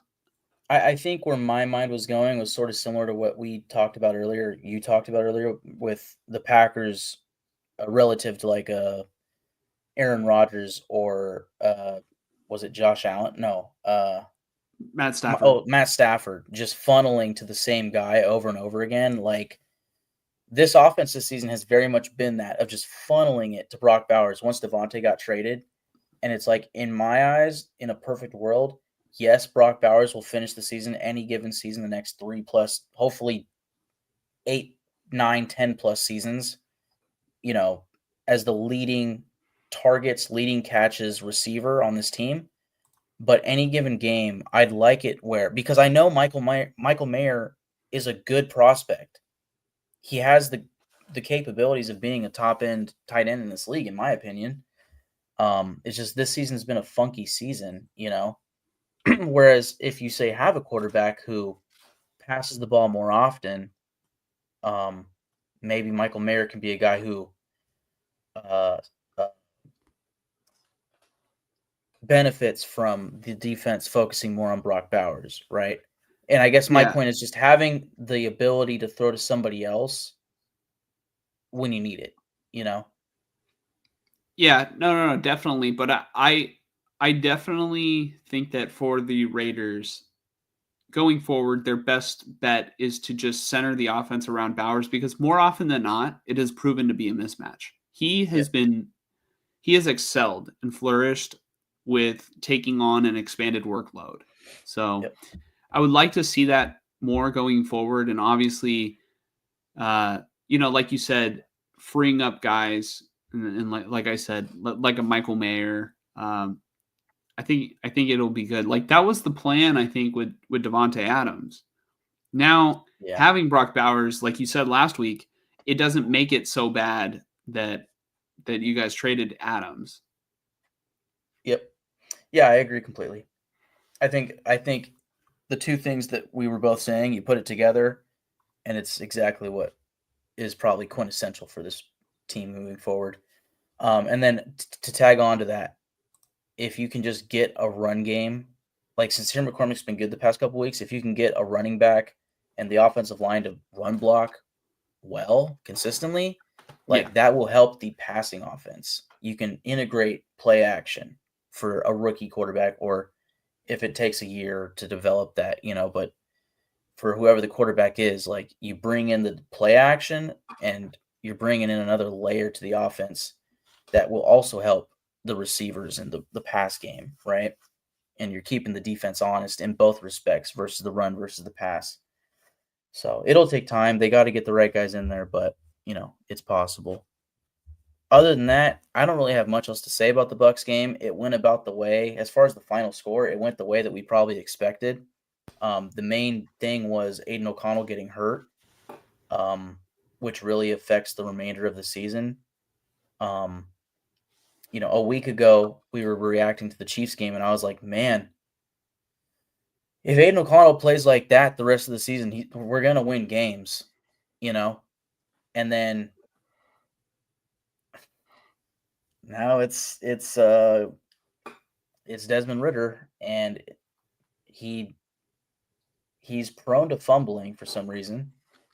Um, and I don't have nearly as much faith in him winning games as Aiden O'Connell, which, given that the Raiders are in the predicament that they're currently in, that's a good thing to me, you know, because breaking news as of today, as of right now, as of the way that the Sunday games went, the Raiders are currently holding the first overall pick. Clap So, it up, Raider fans. Clap it up. man, so I mean, They currently are taking their medicine. So far, so good. So yep, far, so good. Don't have like they almost did it last week in Kansas City. yeah, They almost had the I refuse. I don't want the quarterback of the future. Ugh, yeah, I we want hate to the taste of win. medicine. Yeah. Yeah, yeah, The yeah. Raiders So will the be better Jags, for it if they just lose. yeah, Just lose, baby. Just lose. and the Giants had the capability of beating the Saints today, but they blew it at the end. They got the Brian Breezy, or Breezy, however you say it, blocked the field goal at the end. He had a hell of a game for the Saints. And then the Jags did beat the Titans today, which a couple weeks ago I mentioned the Jags' upcoming schedule, and the Titans they had 2 games against them where I was saying they could beat them, and they did. And that was what put us above, well, them for the first pick. Um, but the Giants are still interesting because they clearly suck, and they're not just going to go away from this, first overall pick race, and the Raiders don't face them, whereas they do face the Jags, who likely won't have Trevor Lawrence the rest of the season and are probably the one team, maybe the Titans, that I would say the Raiders are better than. But the one positive, like not to be super, I don't wish injuries on anybody. I'm actually gutted for Aiden O'Connell. I feel bad for him. But being forced to start Desmond Ridder the rest of the season sounds pretty good to me, given that we are currently slotted at the first overall pick. The only thing that can change that is if the Raiders and Giants both lose out, by the end of the season, the Giants' strength of schedule might be different than what it is now, to where they actually get the upper hand on the Raiders and get the first pick. So, and again, the Raiders still have to play the Jags, who won't be with Trevor Lawrence, and who knows, maybe they sneak a win out of that game. So, we'll see. Two things I want to mention about this game against the Buccaneers. First off, I actually think that the Raiders defense played pretty well besides the fourth quarter. And obviously the first two drives that the Buccaneers had in this game.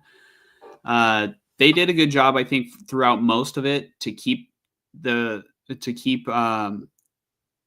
Raiders in it. Mm-hmm. And obviously they didn't pull through and win. And the game was pretty much over as soon as O'Connell went down. But O'Connell, like we mentioned, he didn't play very well today. The second thing I wanted to mention is, how did you feel about, you've always mentioned how O'Connell has been a statue in the pocket and how you would love to just see him scramble a little bit. Yeah. He did have a play, and I think it was like the first play that like kind of initially hurt him, because he was like running for his life. Yes. And then like got tripped up from behind, and it looked like it hurt him a little bit on that play. He finished the game with 6 carries. I'm assuming most of those were QB sneaks. Maybe a couple of them. I know he did get a rushing touchdown in this game. But I remember that first scramble you're talking about. I don't know if it was the first one, but the one where he got hurt on. And then the one later in the game, he was like evading pressure and trying to get out, and the guy like pushed him from behind, and I think his knee must have buckled or something off of the push from behind. Yeah. But I did notice that one scramble that he did earlier in the game. That was when he first started showing that he was hurt. Yeah. That almost makes me wonder if he actually got hurt there and he didn't like realize he was hurt until later. I don't know, but like the pain was just too much to bear. Right, like maybe he further hurt it or something, and I don't know, but it reminds me a little bit of the McCaffrey, injury. Yeah, like he got injured earlier and then came back in and then was like, no, but like just the way that he got tackled from behind and like kind of came down on it. Yeah. They were clearly in pain. Like you can kind of see them wince. Yeah. But as far as Aiden O'Connell, like,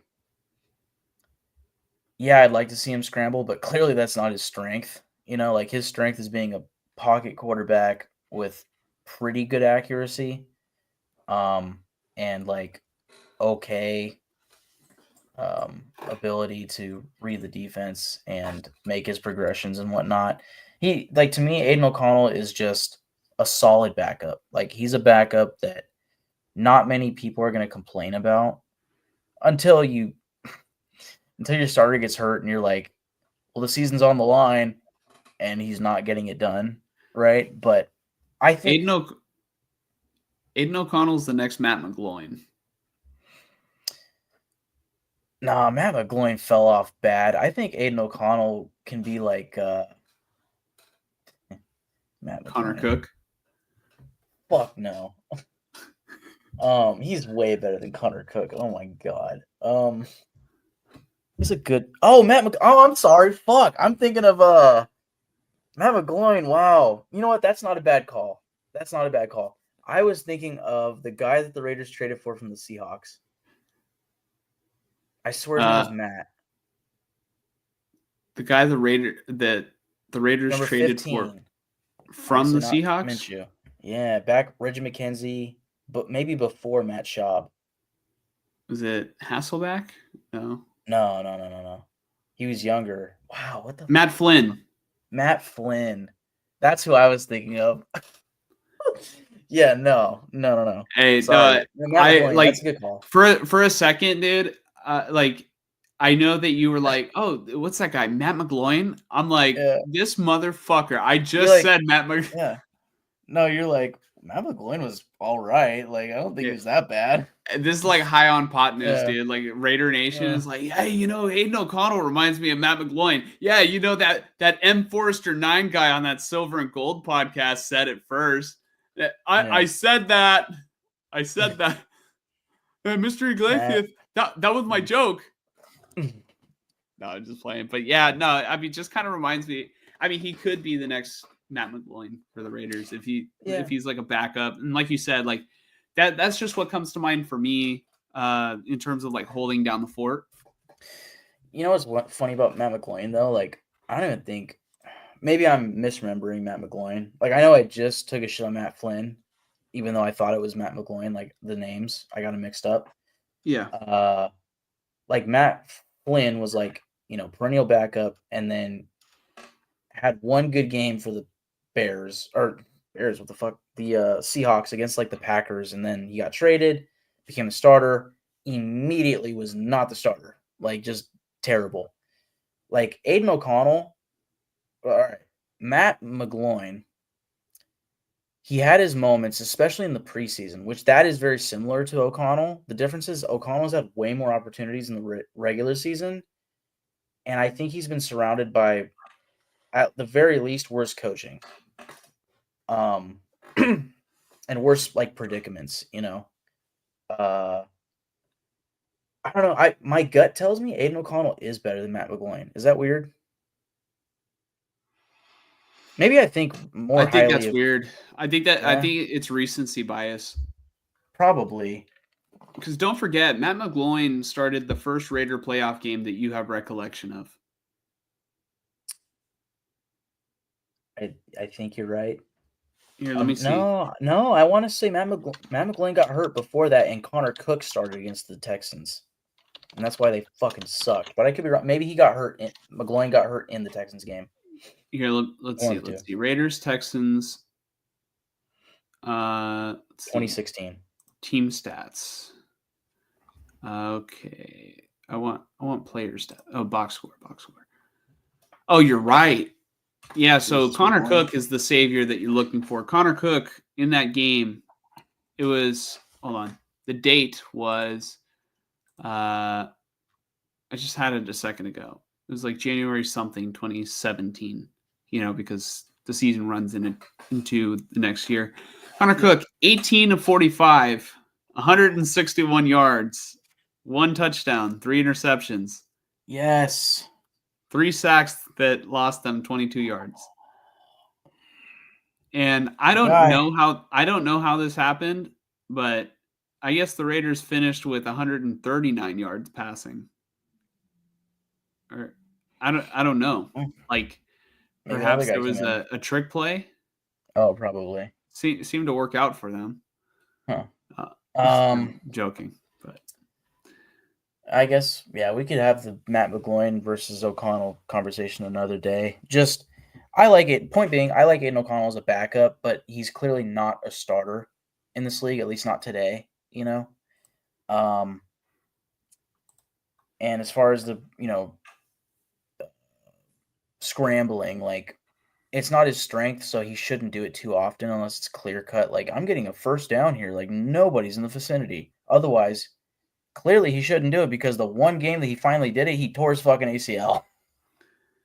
Dude, O'Connell can't run. All right. Yeah. So he should, like, honestly, he can't unhitch the trailer.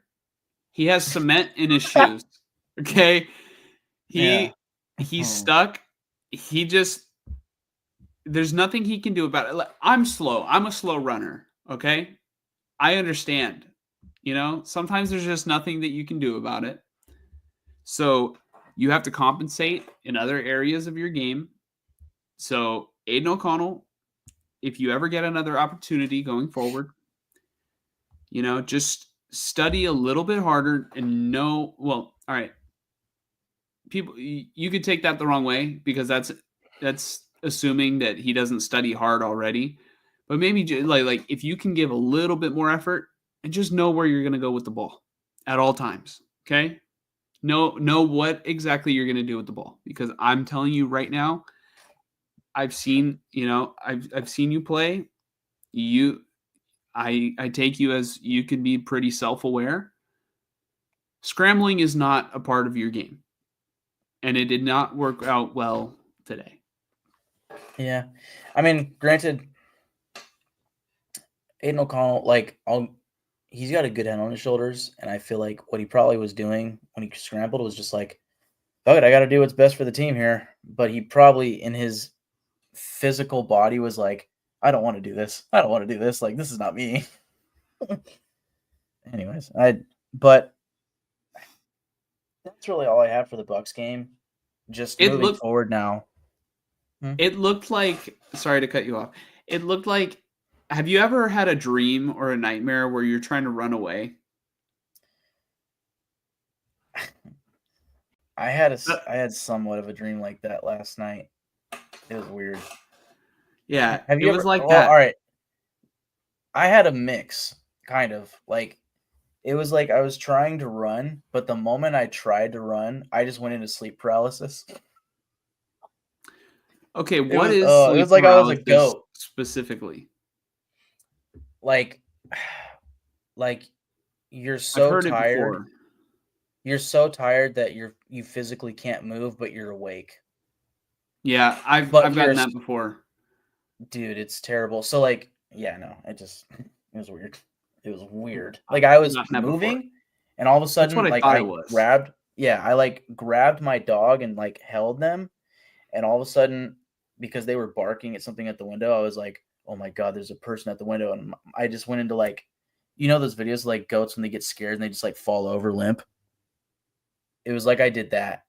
I was like, but I'm too tired to move. Whoa. And then I just sitting there oh my God, there's a person standing in the window staring at me right now, but I can't see them and I'm asleep.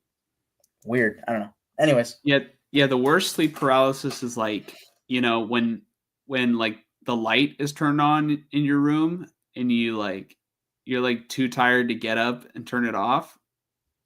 Well, apparently the repetitive, the known thing from sleep paralysis is there's an entity or sleep paralysis demon or whatever that literally will stand in your doorway and you're laying there this is not good.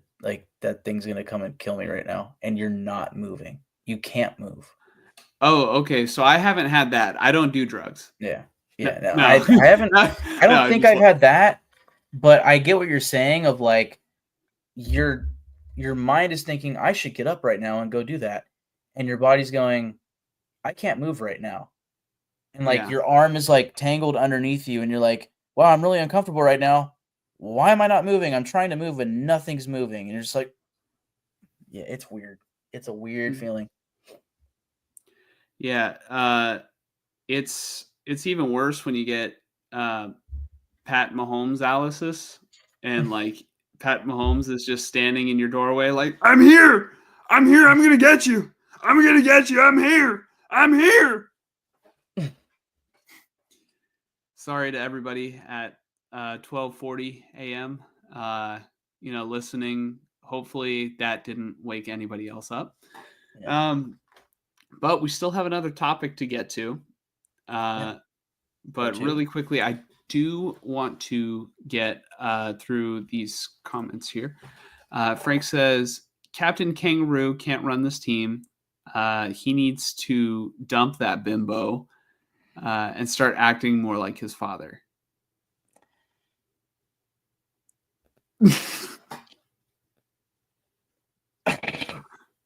Okay, I think I'm understanding who is who here. He's talking about Kyle Shanahan. No, I'm kidding. Right. I'm kidding. No, but I think without saying the words, I agree with you. Yeah. Chris says, oh shit, did not see Garendo got hurt. Started him in 2 main leagues. Congratulations. Thought the other running back got late touchdown since it's a blowout. So here's the thing. Like I said, he went into the locker room, and what I heard is that it's like a precautionary thing. I couldn't find another post saying the same thing. So like here, I'll find where I found it on 49ers. Oh, Garendo. And I'll just show you what I saw, you know? Oh, hold on. Okay, so maybe he did actually say it because I'm seeing they interviewed him in the locker room after the game. So I didn't get a chance to see that, but this is I have no reason to believe that this is fake. I just think that more people should be, or more talk should be made of this, but 49ers running back Isaac Garendo mentioned that leaving the game was just precautionary and that he feels great after leaving the game today versus the Bears. He sounds overly optimistic he'll be able to play Thursday versus the Rams. That'd be big. That would be big. I would thoroughly enjoy that because he looks, very good. Mark Davis equals Captain Kangaroo. Just look at that hairdo. I mean, I don't know Captain Kangaroo. Let me see. Oh. Mike, do you know who Captain Kangaroo is? I'd love to see it. Okay. Oh. Yeah, there it is. That's the owner of the Raiders. Right there. Wow. Those sideburns or something.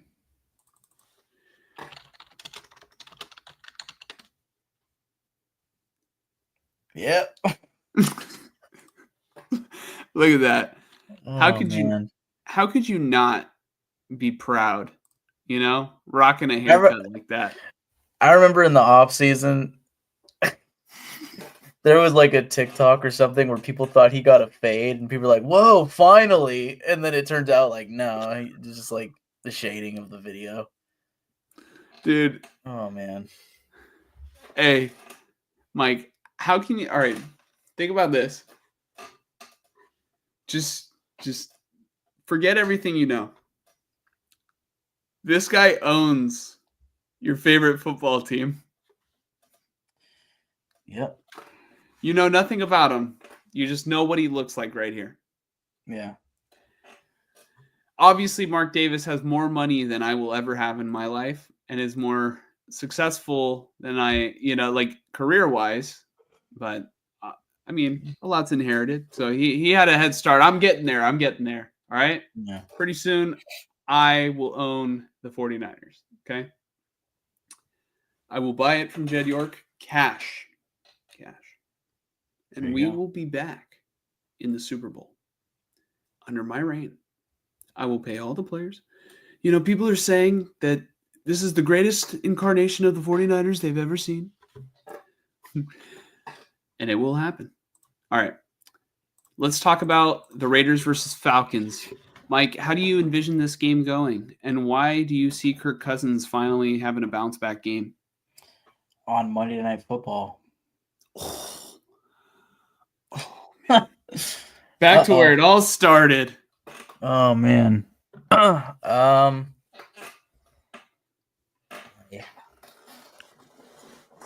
Nate Hobbs hasn't played for a couple weeks now. I wonder if he plays in this game. They got Jack Jones. Darnay Holmes, that was another guy who had a solid game against the Buccaneers. And again, I mentioned it, but Trevon Merrick had a great game. Like, I could see the Raiders defense playing solid again this week, but let's be honest. Like, the Falcons should win this game. And really they need to after losing to the Vikings and going down, below the Buccaneers in the rankings to win that division. Like, we looked at the Niners' chances of winning or getting into the playoffs. The Falcons are in the same boat as the Niners right now. So their best bet is beating out the Bucs. They need to win this game against the Raiders. And they're going up against Desmond Ritter. Like, it's really that simple for me. It's not a Desmond Ritter revenge game. Interesting. Wow. Okay. Yeah. Gonna have a career It's Kirk Cousins day on Monday Night Football. It's Desmond Ritter. Everybody in the world is watching. It's him against his former team. It's all on the. It's all the writing is on the, on the wall, or whatever the term is. Anyways, Falcons are gonna win this game. Falcons? Yeah. I'm actually gonna go in the opposite direction. I think the Falcons are gonna win this game.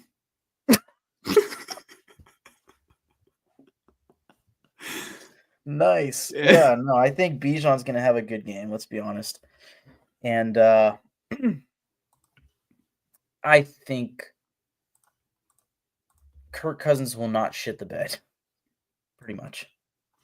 Well, all right, here's the thing. I think that he will be under duress because over the last, 4 games, Kirk Cousins has 0 passing touchdowns and 8 interceptions. Is that right?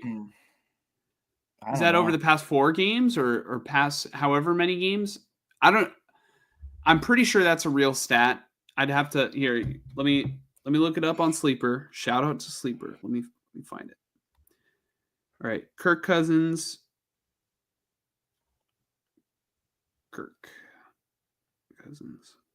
All right.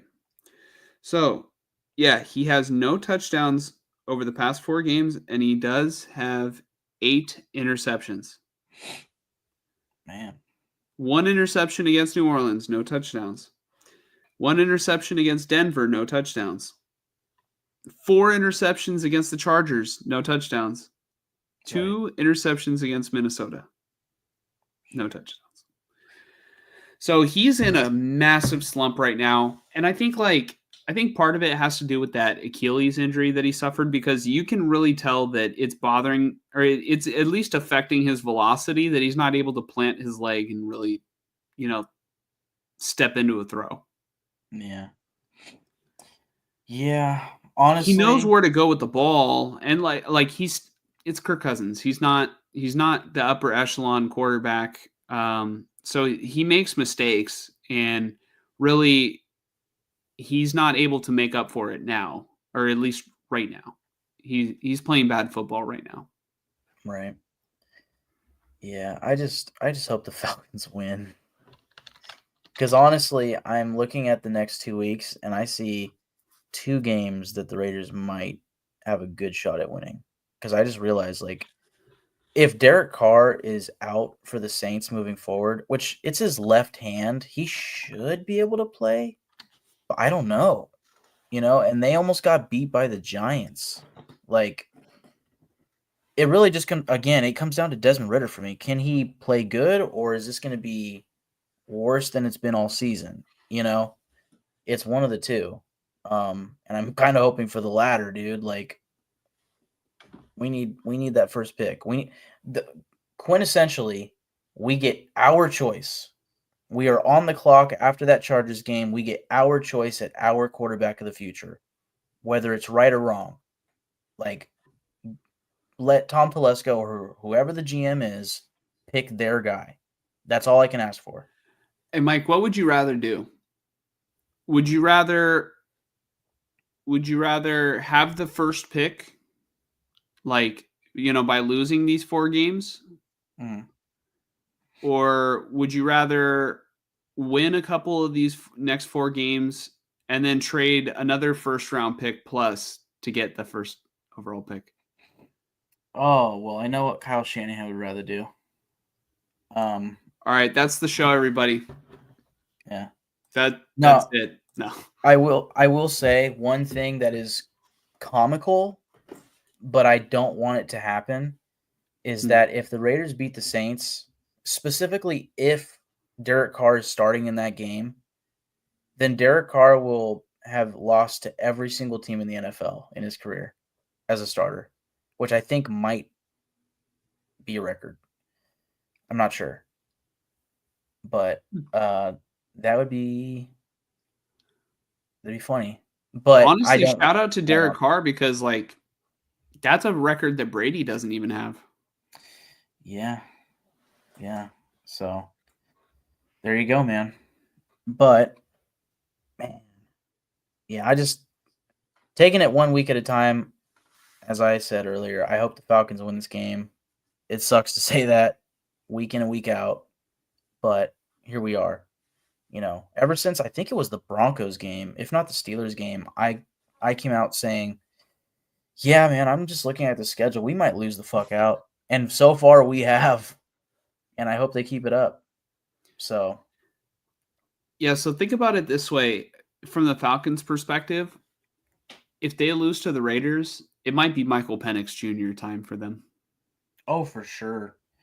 For sure. I mean, if they're losing midway through this game, it probably should be Michael Penix time because they are in the crunch of this season. They need to win these games, And this, Yeah. I mean, they're playing literally the team with the worst record in football. They have to win this game.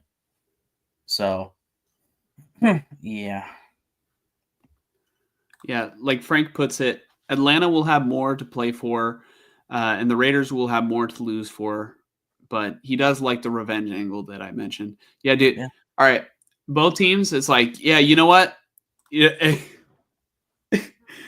I can see it now. Both teams, like before the game, the coaches meet up. It's like, yeah, I have to lose this game. My boss wants me to lose. Yeah, my boss wants me to win this game. And then Desmond Ritter is the Undertaker in the in the back. And like, dude, I could see Desmond Ritter like completely fucking it up. I can see it. Like, he just, if anybody is a South Park fan, this is like that episode when the kids are trying to lose the Little League baseball games. And then so Kyle goes and gets his cousin Kyle to play because he's just so awful that there's no way that any team, could let him win, and Desmond Ritter is Kyle. And then they end up winning the game because I think they throw it directly at his bat. And he's trying to win. He doesn't know that they're supposed to be trying to lose. Oh. Yeah, he's just so bad and they're trying to win. So, yeah, that's my 2 cents on that. So, we're both picking Falcons. Yes, I think where my head goes with the whole Desmond Ritter thing is, well, the revenge aspect is certainly there, but does he have the capability of actually getting revenge? And I would vote. Does he have capability? Yeah. Yeah, I would currently say he probably does not against a team that needs this game. So, I mean, crazier things have happened. The Chiefs needed the game, and O'Connell, we didn't think that he had the ability to do what he did, last week before the Raiders messed that one up too. But yeah, like, here's the thing that we have to think about is like, there's also motivation added to it because Desmond Ritter is playing for his career. yeah, Like he's holding on to his career. So from my understanding, Antonio Pierce is trying to, well, no, if he's going to get fired, he's going to get fired.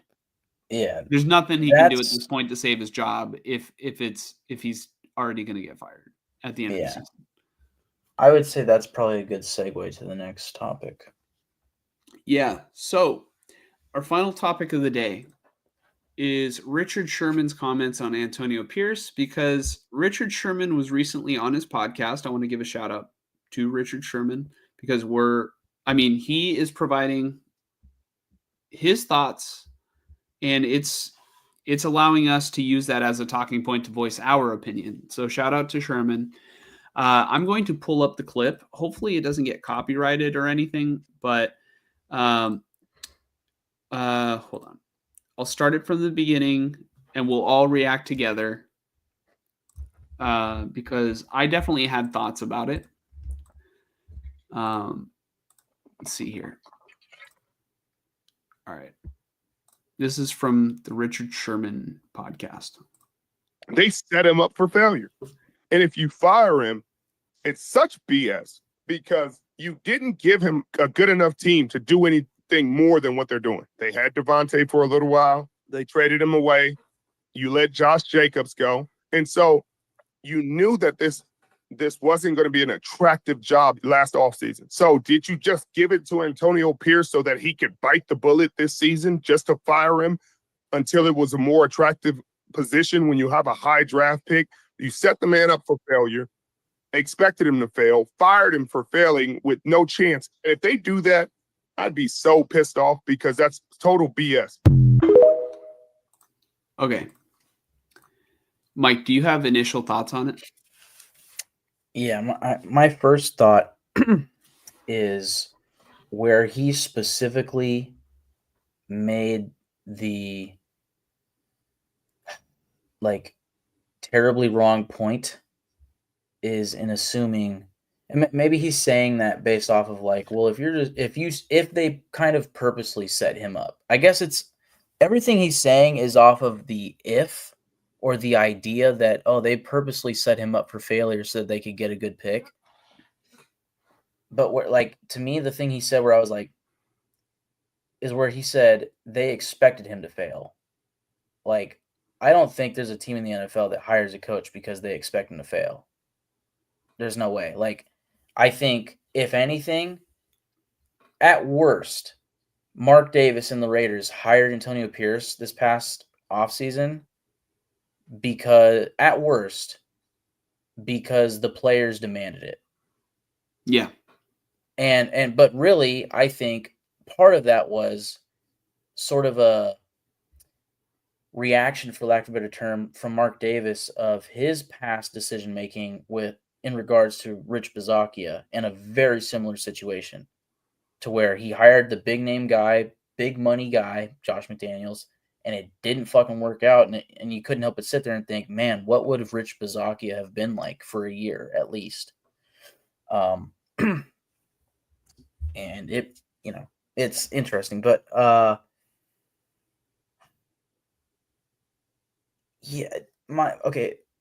he's saying this, I think, towards the Raiders, like Mark Davis, but it's as far as this season, Antonio Pierce being set up for failure this season, to me, that doesn't make sense because I came out of the offseason, maybe I'm a delusional Raider fan, I came out of this offseason going, holy shit, this team is so much better. The one thing that they didn't get better at was quarterback. In large part because they couldn't draft a quarterback. From what I heard from rumors and reports, they tried to trade up to second, third overall to get a quarterback, but they were there at 13th overall and all the quarterbacks were gone. They did improve at quarterback, though, a little bit. Gardner Minshew, I would take him over Jimmy Garoppolo. Yep, I agree. So they went from Jimmy G to Garoppolo, and they still had O'Connell. Mm-hmm. And to me, I was coming out of that going, well, I've seen Gardner Minshew take a team, I think, or maybe not take a team to the playoffs, but almost take a team to the playoffs and be very capable of winning games. You got Devontae Adams, Brock Bowers. I like Zamir White coming out of last offseason, right? We had Alexander Madison. Christian Wilkins.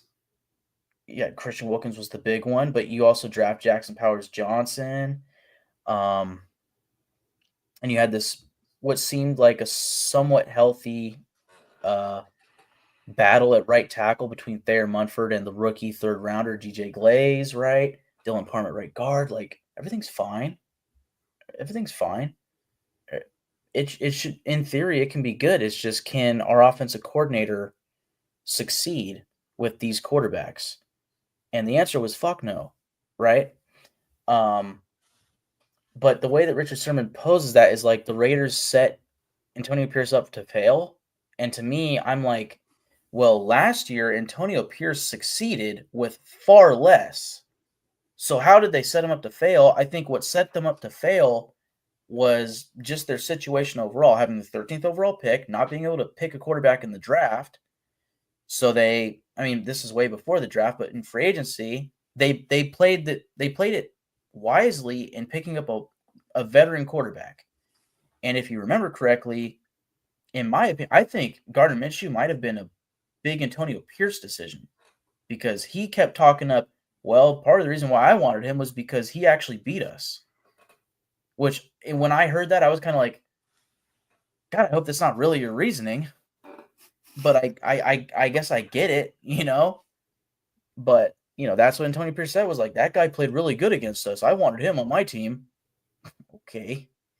Well, Aaron Rodgers plays pretty good too. And, sometimes, Russell Wilson has played good in his past, but I guess because he didn't play good against us on the Broncos, he didn't want him. It's whatever. It's fine. I don't blame it. Hindsight 2020, right? But it's hard for me to come out of this season, especially hindsight 2020, but coming out of last offseason saying, yeah, man, Antonio Pierce is set up to fucking fail. Like, the only reason I would say that is because of the quarterback situation, but it's not because the Raiders chose the quarterback situation. It's not because they chose to be forced to pick up Gardner Minshew and not be able to draft a quarterback. It's because that's the best they could do. So now the team sucked. And trading Davante Adams, yeah, the Raiders chose to do that. Well, fucking why? Because he demanded a trade. So it's not like they were just thinking like, how can we fuck Antonio Pierce over more? Oh, we could trade Davante Adams. Yeah, let's get Christian Wilkins hurt on purpose as he's celebrating. And right as maybe we want to switch quarterbacks, Aiden O'Connell will break his thumb, and then when Gardner Minshew is the only quarterback left, he'll fucking get hurt, and then 2 weeks later, O'Connell's going to come back and he's going to tear his ACL. So I don't know. This is just a bad season. I think a lot of it is bad luck. I think a lot of it is the offensive coordinator decision and the quarterback predicament that they were forced into. Like, again, getting Gardner Minshew, not a bad decision, but not being able to draft a quarterback, not good for business, right? Because clearly in hindsight, the two quarterbacks that we had was not enough this season. But they had the talent. Like, in theory, if things worked to start the season, Davante Adams isn't begging to leave. He's trying to fight for a playoff, spot. That's what he wants. And it didn't work out in New York, but he got to go to a quarterback that he wants to play with, right? Yeah. Whereas here, he didn't have that. So I think it's just circumstantial, and it's unfortunate for Antonio Pierce, but at the same time, like, this is the end of my rant. I'm sorry. I'm sure you have a lot you're of good. thoughts too, but there have been week in and week out odd decision-making from Antonio Pierce as far as timeouts, kicking a field goal, or going for it on fourth down. Like, there was a lot of that today against the Buccaneers. And I think my conclusion to this season is like, yeah, that's not a guy that should be a head coach in this league. He should be, more of a linebackers coach, maybe defensive coordinator. I think, honestly, maybe where Antonio Pierce would thrive most is back in college as a head coach, because he's got now a good experience being a head coach. But, college and the NFL is a different beast. I wish nothing but success for Antonio Pierce, but I don't think it's going to come as the Raiders head coach. And it's not because the Raiders set him up for failure. It's because I don't think he's just not that guy. He's not that coach, But a lot of shit that happened this season towards the Raiders was circumstantial and unfortunate. And that dates back to the draft and, deciding to go with Gardner Minshew as the veteran quarterback over a guy like Russell Wilson, And I don't know who that's on, but that's not because they specifically failed Antonio Pierce. Like, he was a part of that decision-making. So yeah. So is it okay if I take the floor? Okay. I want to quickly start off by, just giving, showing respect to Richard Sherman, because I absolutely do respect his football opinion. At once I did hate him as a player because obviously I'm a Niner fan. Sherman would understand that. Would understand why. yeah. Because at one point he was the best corner in the game, and we tried him with a certain receiver named Crabtree. Yeah. But yeah, honestly, I think it's important to take a look at, or like, let's just kind of go through the timeline, and I'll kind of give, obviously Richard Sherman comprehends football at a higher level than I ever can, because he's such a high IQ player and he's actually lived it. But all right, I'm just going to offer my perspective. So let's recap this timeline real quick. The Raiders were on to Josh McDaniels after firing Gruden, and Bazak, they had the Rich Bisaccia, is it Bisaccia? Yeah, interim coach who actually took him to the playoffs, right? Yeah. So similar situation, firing a coach mid-season, or I guess letting go of a coach and having an interim coach. So they had that Gruden Bisaccia situation, and then afterwards they hired Josh McDaniels and decided not to hire Bisaccia because they felt that at the time the best move to make was to hire Josh McDaniels, who has won Super Bowls, as the offensive coordinator for the New England Patriots, right? Yep. They thought that they could, strike gold, that he would be, the perfect play caller to match up with Derek Carr. They were going to bring Devontae Adams over. Was Devontae Adams, was he there for McDaniel's first year, or just I want to say yes. I want to say that was Dave Ziegler, his first year. Like that was that was Ziegler's first draft. Yeah. And then that season they didn't even finish with Derek Carr, right? So they got rid of a quarterback who has been there for nearly 10 years. Yeah. Nearly a decade, right? And purely for contract reasons, but also maybe play time. I'm not gonna lie, I thought it was a good time for them both to part ways from each other. But the problem is they never got Carr's replacement. That was the problem. Yeah. The replacement was Jimmy G, who, I'm not gonna lie, I was in my opinion, very curious to see what he would look like back in Josh McDaniels' offense, because it did look good in New England. Right. I saw the vision.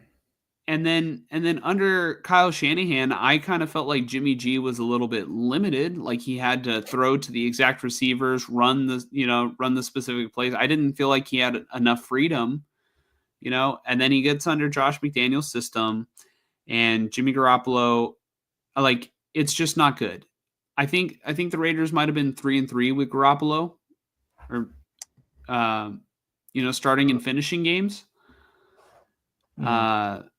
So it just wasn't good, and Garoppolo was not the best quarterback on the roster. I think O'Connell was visually, in that preseason, he was better. He was better than Jimmy G, at least what they showed the entire season. The better body of work is what Aiden O'Connell did. And Antonio Pierce, when he came in and took over after Josh McDaniels, that was the first thing that he identified. Was he benched Jimmy Garoppolo and said, Aiden O'Connell is our best quarterback. And so O'Connell started playing, right? So the reason why they fired Josh McDaniels is he was a disappointment. The team was an embarrassment. They had just gotten embarrassed by the Lions, right? Before he got fired. And he was trick-or-treating with his kids when he got the news that he was fired. Yeah. So Halloween ruined. Yeah, Halloween ruined. Worst trick ever. But no, they were an embarrassment, and the entire team did not respect the head coach because he drew a line in the sand between himself and the Patriots and the Raiders. While he is the current head coach of the Las Vegas Raiders, Antonio Pierce was the one in the locker room who brought up an example of facing adversity when they played against the Patriots in the Super Bowl. And Josh McDaniels said, "Don't you talk." Sorry, I'm sure everybody that hears this probably knows what you're talking about. It's possible that that's not true. I want to say Max Crosby debunked that, but I could be wrong. It might have been something more along the lines of like something like that was said, but it's not exactly reported correctly. I'm not sure, but we could fact check it if we want, but I'm not sure if it's true or not. Just wanted to throw that out there. Yeah, Josh McDaniels, if it's not true, come on our show and tell us it's not true. Yeah. At the very least, he was definitely drawing a line between he and the players. That's what the vibe certainly was the players were like, this dude is not it. Like, he's not listening to us, all of that, right? Okay. Yeah, that's like the main point. Like, it was he could not connect with his players. Yeah. And so he was fired. And then Antonio Pierce was given the position, to finish out the season. There was nothing long-term about it. It was, in the NFL, once you fire a coach, somebody has to be the guy in command. And the players really felt like Antonio Pierce connected with them. Right? And so Antonio Pierce being Antonio Pierce is a natural leader, I will say. Yeah. I think he's a natural leader, even though he called his team the worst team in the league. But I get what he was saying. I get what he was saying. Yeah.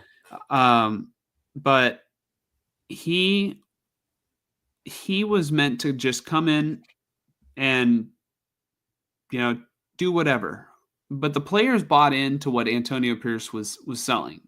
And what Antonio Pierce was selling was that this was going to be a player-led team. This was going to be a player-first team. And, all right. Can you kind of help me at this part, Mike? What exactly was Antonio Pierce's thing when he first came on? I'm kind of blanking on I do remember it was player first. Yeah, but I think he's definitely more personable than McDaniels, in comparison.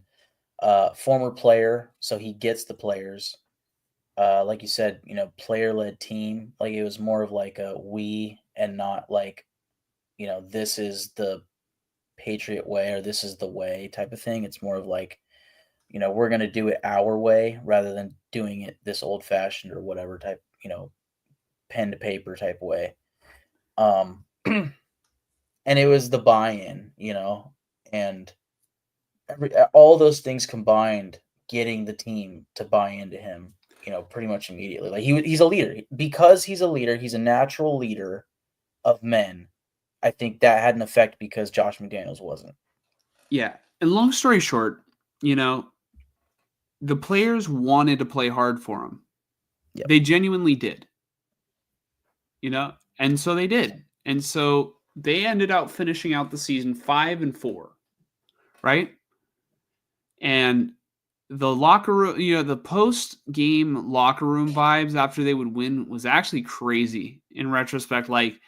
Smoking cigars for a losing football team, smoking cigars and just the way the vibe around it, the aura, it was crazy, and I sort of mentioned you kind of have to be careful. I kind of feel like the coach isn't supposed to be the player's friend. Bill Walsh always thought that there has to be a fine line between, or a good distance between the players and the coaches. Mm. And if the players hated the coach is doing the right job. Mm. Obviously hate in a good way, not in a Josh McDaniels way. Like hate as Probably in like he's pushing me. pushes He's them not acknowledging how good or something. Yeah, pushing them to the limits. Like it's not supposed to be fun. Yeah. It's hard work. Yes. You know what I mean? Not like not. I guess the way Josh McDaniels did it was it just rubbed the players the wrong way. Like Not personable. not there was nothing redeeming about it because they were not winning football games. Yep. You know, Yeah. winning cures a lot. Yep. Oh If- yeah. if you're Yeah. not winning- if they were, yes, like the Patriots, I'm sure they like a lot of the Patriots players probably fucking hated like the offseason or like training camp and stuff. But being 11-2 every single year in and year out, probably is a worthy payoff for all that hard work, you know, and Yeah. winning 6 fucking Super Bowls. Like nobody's gonna complain. Yep. So They get yeah. bounced in the first round of the playoffs once, and then Brady's fucking out of town, Yeah. and then wins the Super Bowl the next place. You know, the next place that he went, literally the next year. Yep. But so where I'm going with this is the players definitely. It seemed like they enjoyed playing for Antonio Pierce because it's very stark contrast between Josh McDaniels and Antonio Pierce. Pierce, I mean, he gave them freedom and he gave them belief in the Raider way. Antonio Pierce from day one was like, all right, we're going to do things the Raider way, you know? And there was like this belief in the building. Yes, a couple of those games were not that impressive of wins, but I mean, a win's a win in the NFL sometimes, you know? It gives players, it boosts the morale of players. Like, yeah, it was a lost cause to make the playoffs. Well, actually, no. The Raiders almost made the playoffs, but they blew it in the end. Yeah. But so then you have the players saying, if it's not Antonio Pierce, I got to think about my future. I'm talking about Max Crosby. Max Crosby is the super Raider. He is the Raiders right now. I think Devontae was saying a lot of it too. Yeah. When you think about the Raiders, you think about Max Crosby. Devontae Adams was also saying that he wants Max Crosby as his head coach. Right? Mm. So you have these players telling the owner exactly who they want and kind of threatening, I just don't understand it if it's not him. Mm. So it puts Mark Davis in this position where he does not want to make the same mistake that he made last time with the Bazakia deal, right? Yep. So we still don't even know the length of Antonio Pierce's contract. We still have not gotten confirmation on that. Yeah. I'm assuming it's a 2-year deal. For some reason, that's the gut feeling. Yeah, that's my assumption. That's not fact. I would love to be corrected if it is out there and I just, can't find it. So Antonio Pierce has been given an opportunity to be the head coach of the Raiders, not like this massive extension to our knowledge, but to prove it, to prove himself and to build on what they accomplished the last season. Yep. Now they're worse than they ever were. The Josh McDaniels team who was underachieving, they were at least 3 and something, to that point in the season. They were 3 and 4 or something, 3 and 5. Something like that. I have a massive point off of that, but I can say go ahead. All right. I talked about the offensive coordinator. I'll try to be as quick as possible. I talked about the offensive coordinator choice, which one thing I didn't say was they didn't even get the guy that they really wanted. Like, it seemed like Cliff Kingsbury was apparently the guy, if not somebody else. And then he went off, left, like, at best, I'm already forgetting his name, but our offensive coordinator that they hired this offseason, Luke Getsy. He was at best their second choice, probably more like their third or fourth choice to be their offensive coordinator. So, that's not the Raiders choosing to do that. That was their circumstance, right? Again. But here's another one. Like, this is a knock that I have towards Antonio Pierce this year. That I think you and I talked about maybe off screen. I don't think we talked about it on the pod, but I could be wrong. But Antonio Pierce, in my opinion, deserves blame, at least some of the blame, for the fact that okay, they chose Gardner Minshew as a quarterback, which a lot of that is on Tom Telesco, I'm sure, right? As far as evaluating quarterback talent and saying, yeah, this is the guy that we're going to sign, right? And what also No. goes into that, You just said Antonio Pierce said that he beat him. well, yeah, yes, but No, but still, like I get what you mean. I'm just being an the ass. GM has to make the So, but what also goes into that is like, well, does Russell Wilson even want to come to the Raiders? Which I want to say the rumor was he did. Just whereas did I say Russell Wilson? Yeah. Okay, that's what I meant. But also Justin Fields, like there was the trade possibility with that, and like, oh, he just played with what's his face from Chicago, the offensive coordinator, Luke Getsy, and all these other quarterback options, but they went with Minshew. The knock that I have towards Antonio Pierce here is Antonio Pierce was the guy who was making the call because he's the head coach. Who is going to be the starter week 1? And he went with Gardner Minshew.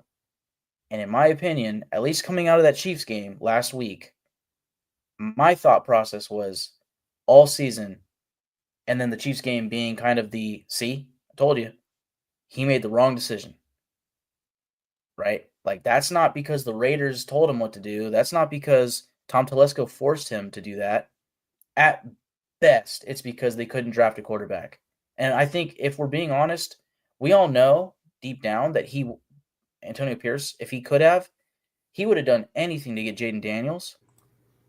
And I'll give him credit, I guess, but like, who wouldn't, right? Especially knowing how close he was to him. Like, Of course he wanted him.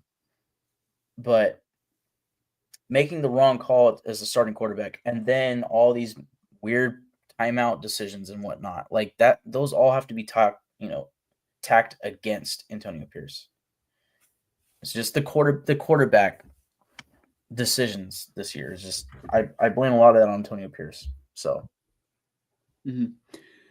Well, I think also too, it's like the results just aren't there. You don't just like you don't accidentally become 2 and what are they 2 and 11 right now? Yeah. I'm sorry. You don't accidentally stumble upon that. Yes. And I'm sorry. This is my last point, and you can finish yours. No, go ahead. They played good with Aiden O'Connell last year with I'm talking rookie play caller, right? Like a guy who had never called plays in the NFL before, and they played good with Aiden O'Connell. You bring in a veteran quarterback, and you determine Antonio Pierce that he's even better than Aiden O'Connell. This is my point that I was trying to make. Gardner Minshew, he's more prepped. He's better. He's more ready-made for the moment. He is our best bet above Aiden O'Connell, who won me games last year on a shittier, in my opinion, on paper, shittier team last year. Aiden O'Connell won us games. This guy gives us a better chance to win games. And they're 2-11. So this is how I feel about that. All right. At the time, I'm not going to lie. I admit I thought that Gardner Minshew gave the Raiders a better chance to win, just purely for his mobility. Yeah. I will say that in hindsight, the first crack at the job should have been given to Aiden O'Connell, just in reflection to, all right, Antonio Pierce, he is now the Raiders coach because he took advantage of an opportunity that he was given. Mm-hmm. So Aiden O'Connell shares that accomplishment, what they accomplished last season, with Antonio Pierce. Yeah. Because at the end of the day, they were both starting all those games, right? Like Antonio Pierce was the head coach, Aiden O'Connell was the quarterback. They are now, They're a tandem. They come in a pair. You give O'Connell. It was O'Connell's job, I think, to lose. I think they should have rolled out O'Connell as the starter and not killed his confidence so early. My biggest, I guess, issue was with how they handled O'Connell's confidence. Because they benched him in that preseason game when it was still a competition. They benched him after throwing a pick six. And that was the last throw that he had for a while until he ended up having to play in another real game. Yeah. Right? Yeah. So I didn't like that. And it was essentially, I see it like this. Mark Davis could have gone with a better candidate than Antonio Pierce, right? He could have gone with a better candidate, but he felt like everybody felt like Antonio Pierce had earned, the opportunity to be the head coach. Antonio Pierce had an opportunity to grant that same, I guess, opportunity to Aiden O'Connell, and he didn't. So that's probably, if we want to talk about football sins, that could be considered a football sin, because it wasn't like they signed Aaron Rodgers. I guess the Aaron Rodgers now is not the Aaron Rodgers that I'm referring to. Yes, but it's not like they signed, 2024 Russell Wilson. Yeah. Which again, hindsight 2020, but still, it's like clearly they signed the wrong guy. Yeah. Minshew is not a great quarterback. He was great for the price that they got him for. Like, I'll take Minshew at his current price over many quarterbacks in the league. Right. But again, with Russell Wilson, that was part of it, was like, well, whoever signs him is getting him to a fucking singing deal because the Broncos are still paying his contract. So, like, to me, at the time, it was like, I don't really think I want Russell Wilson. And my biggest issue was I didn't think he'd fit with the locker room. But, man, I mean, sometimes some deals are too good to pass up. Like, if the defense plays good and Christian Wilkins doesn't get hurt and if we start hot, maybe Devontae doesn't want to get traded because he's got this former Super Bowl quarterback that's throwing him passes now. Who knows what we're doing right now with Russell Wilson? But again, the last thing I'll say here is I think a big part of this is Luke Getsy. I think he just sucked, and that might have had a bad effect on even Gardner Minshew. And that's not because the Raiders chose, above all else, Luke Getsy. That's situational. So it's not like, the Raiders failed him. I just think the situation failed him at best. But I think also Antonio Pierce failed himself. What happened to the play caller last year? Was it Bo Hardigree? What happened to him? Yeah. I couldn't even tell you. So he might have went to some college team, like as an offense coordinator. I'm not sure. I'll find out. Like literally the same thing, the same mistake that I've identified. What he did with O'Connell, shooting down his confidence. Like, after having an opportunity to grant the same, I guess, deal that he was granted.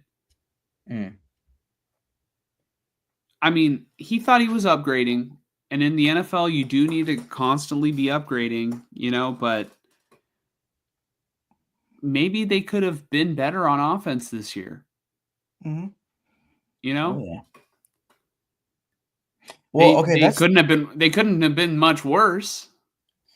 I want to say the report from I'm forgetting who the reporter was, but anyways, first off, Bo Hardigree is the quarterback coach for the Tennessee Titans. But I want to say the thing with Cliff Kingsbury was one of two things. Either he wanted a third year on the contract and they wanted to just do 2, or it was something about, obviously money. which either way, it's about money. But I still think a big part of it was him realizing, like, wait, oh, Washington's interested, like right as the buzzer was, about to buzz, and realize, like, well, with them, I'm going to draft a quarterback, and with the Raiders, like, I'm kind of looking at this, and they might not be able to get a quarterback that I want to coach. Like, he has all the questions to be asking about the Raiders quarterback situation, whereas the Commanders, it's like, well, it's one of two guys. It's either the guy that everybody thinks should be the number one pick, or it's going to be Jaden Daniels. And it was the better of the two so far. Mm-hmm. But I don't know what my point was there. Just, it's like, in hindsight, what was really the holdup there with Cliff Kingsbury's contract? Like the fact that they fumbled that, it's like, that's my best chance at agreeing with Richard Sherman. That's it. Is because they fumbled that offensive coordinator decision. Yeah. And what Richard Sherman doesn't talk about is, all right, why did Devontae Adams vouch for Antonio Pierce so hard this offseason and then, like, very quickly wanted out? And vouch for fucking Luke Getsy. Yeah. So, yeah. So, another thing Richard Sherman did touch on was letting go of Josh Jacobs. I can tell you this right now. Yes, the Raiders are worse now without Josh Jacobs. Does Josh Jacobs all of a sudden make the Raiders a playoff team? No. Does Josh Jacobs fix all their problems? No. Some of them, yes. Josh Jacobs can mask some problems, but Sincere McCormick right now is doing fine, and the Raiders are still losing games. Yeah, I think especially early on this season with how bad the run blocking was, like, it would have looked so bad that it would have been the Raiders are overpaying Josh Jacobs. That's what it would have been. And I think part of that was, like, you get this new GM who wants to build the team the right way, and it's like, technically speaking, re-signing a running back doesn't make sense. Like, that signing running backs, I think, as the proof is in the pudding, signing running backs to big contracts is things that winning teams do, at least successfully, right? It's when the team is successfully built to support a running back like that, then it just becomes OP.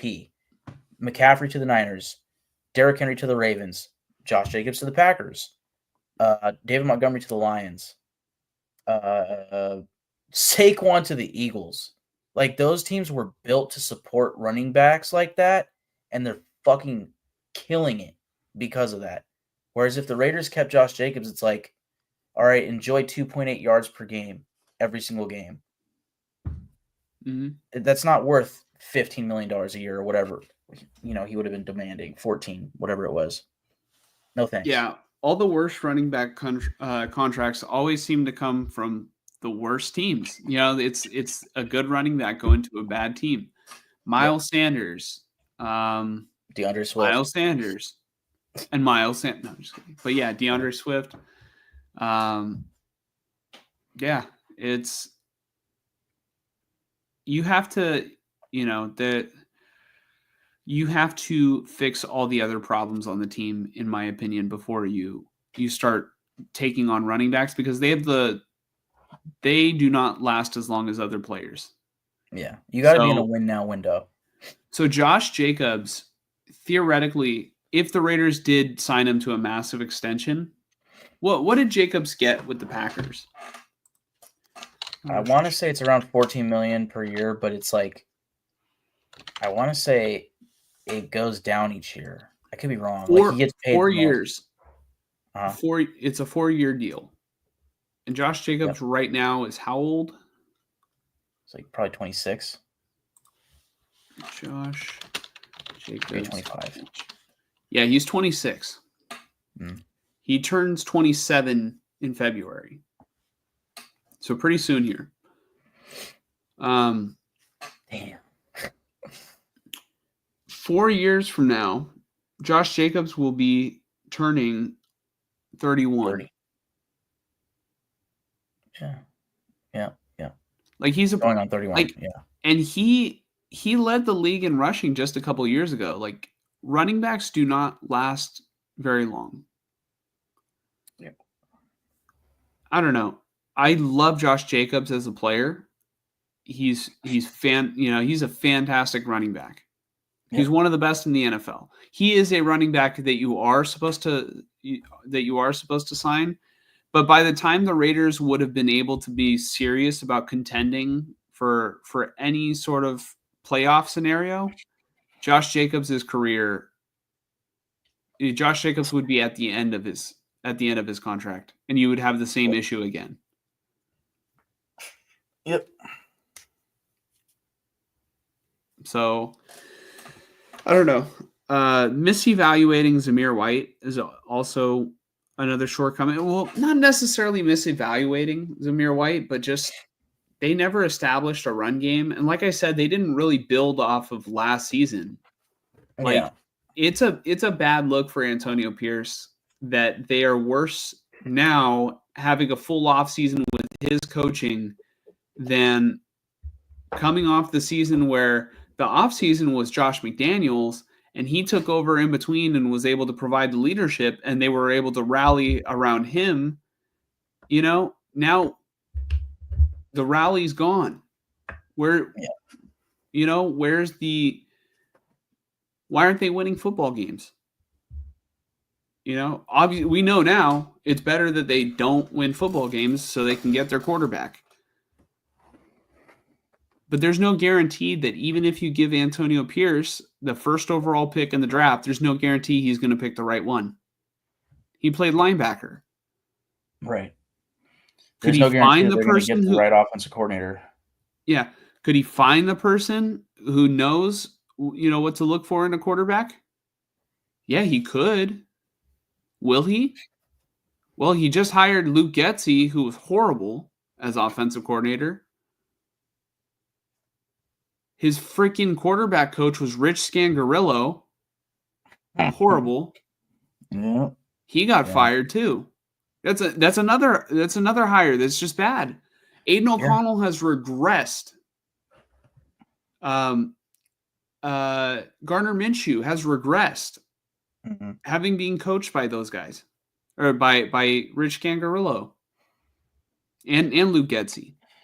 I think when Antonio Pierce was hired, I want to say one of us, I'm not sure who, made the point of I think it might have been you. You were saying, well, one thing about Antonio Pierce that's a little sketchy is what are the relationships that he has in the league?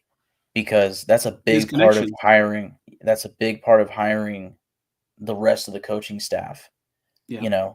So what did he end out with? One of the worst quarterback coaches, one of the worst offensive line coaches, and one of the worst offensive coordinators.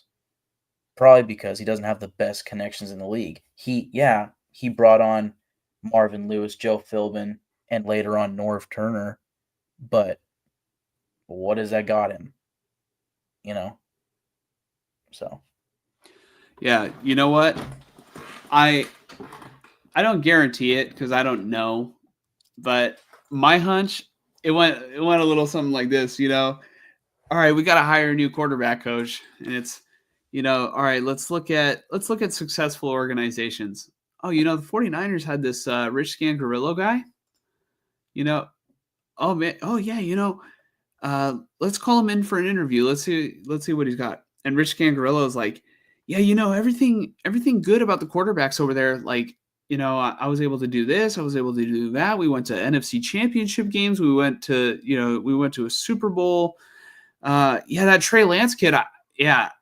I just didn't see it with him, and I'm not going to coach a guy, coach a kid if my heart's not in it. So I stopped coaching the 49ers. Didn't want to coach Trey Lance, right? and they're like, oh, you know what? Trey Lance isn't that good. You know, this guy knows what he's talking about when it comes to quarterbacks. So that like he kind of, I mean, he could have weaseled his way in the interview to getting hired, but he wasn't. That or every quarterback coach that they wanted kept getting fucking hired before they could hire him. Yeah. So Cliff Kingsbury would have been the hire. Things would have been maybe a little bit different, hopefully. But yeah, I just see regression from the Raider quarterbacks. And I don't think that it is a coincidence that Rich Scangarello is the quarterback coach. Because, I mean, I just don't. I'm not a professional, you know, but I just don't. Like some of the drills I see, I just don't think they're very helpful. And in today's NFL, you only get a limited amount of time to practice. And the only thing I've seen, and maybe this is a Shanahan thing and not a Rich Gangarillo thing, but the only thing I've seen is regression from quarterbacks. Because like literally when they come in, they're like, all right, I'm going to be undefeated and like the greatest quarterback of all time. And then there's nowhere to go but down. Yeah. One other thing about Luke Getsy is, I remember when he got hired and I was kind of like trying to get a vibe of him and the Bears offense, was that he liked to run the ball a lot. And then what was he able to do with the run game with the Raiders was fuck nothing, you know, which if that's his offensive identity, like, no shit, it didn't work, right? Yeah. And the quarterback coach sucked at helping the quarterbacks. And I mean, just the Bears offense last year wasn't good. So, I mean, you know, maybe it was fucked from the get go. But, you know, again, that's not because the Raiders wanted it that way. It's just situationally what happened. And I think your situation matters in the sense of, again, having the 13th overall pick relative to having the 2nd overall pick. How much cap space you have, all that stuff. Like, I think when it comes to hiring a coach, that sort of stuff matters to where, like, was it Chris, the Bears fan? Like he was saying earlier of like, well, why am I forgetting their quarterback's name? Caleb Williams. Caleb fucked our chance of getting Ben Johnson this offseason, which I don't even think I said it, but like, I don't know if Ben Johnson wants to go to a division rival of the Lions to begin with. But even so, like, let's just say Chris is right that like Caleb's been so bad that Ben Johnson's like, I don't want to fucking go there. Like, that the same could be said last offseason about Jim Harbaugh looking at the Raiders, or just as somebody as simple as Cliff Kingsbury. I mean, that's the best example I could give, is seeing, okay, 13th overall pick, currently only Aiden O'Connell, but in March we can get somebody like, okay, Gardner Minshew. Or I could go to Washington and draft one of the top prospects in college football, and you know, and we've seen what he's done with that, right? Yeah. I think this year the Raiders are going to have, I'm hoping, a top 2 pick, hoping the first pick. I think a coach is going to see that. I think some offensive play callers are going to see that, and Brock Bowers, and an okay offensive line, at least on paper, and say, I can do something with this. You know, I can draft a running back in the 4th round and, you know, a quarterback in the 1st round and probably get some good shit done here pretty quickly. Will it happen? I don't know, but situationally, us versus, I mean, let's just say the New York Giants, well, I mean, they're in the same predicament, actually. We'll see who has the 1st or 2nd pick, and they have Malik Neighbors, so it's kind of similar to like Bowers Neighbors type thing. Well, okay, give me another team that's probably going to lose their coach. Like, let's just say the Titans. Let's just say they're not going to. For sure, like, is going to lose their coach or has already lost their coach, has an interim coach. Good point. It's like the Jets. The Bears. Yeah, Bears. I mean, the Bears have Caleb Williams, former 1st overall pick. I think of all the teams I've named so far, so let's just say Raiders, Giants, Jets, Bears, and let's just throw in the Titans. I think the Mhm. team I want to go the least right now is probably the Jets. Because I couldn't tell you who their quarterback's going to be in a year from now. Can you And they're rename not the really teams again? Raiders, Giants, who are probably top 2 picks. Jets, Bears, obviously Caleb, and then Titans. It'd be between the Titans and the Jets for me. Yeah, Titans are probably. I would rather go to the Jets than the Titans. Yeah, they also do have Devontae and stuff. The thing with the Titans though is I don't think they're firing their coach. I think they give him another year. So, and then I'm trying to think of any other team. Oh, the Jags. That's a good one. They're not keeping their fucking coach. Yeah. There's no way. And I mean, they have Trevor.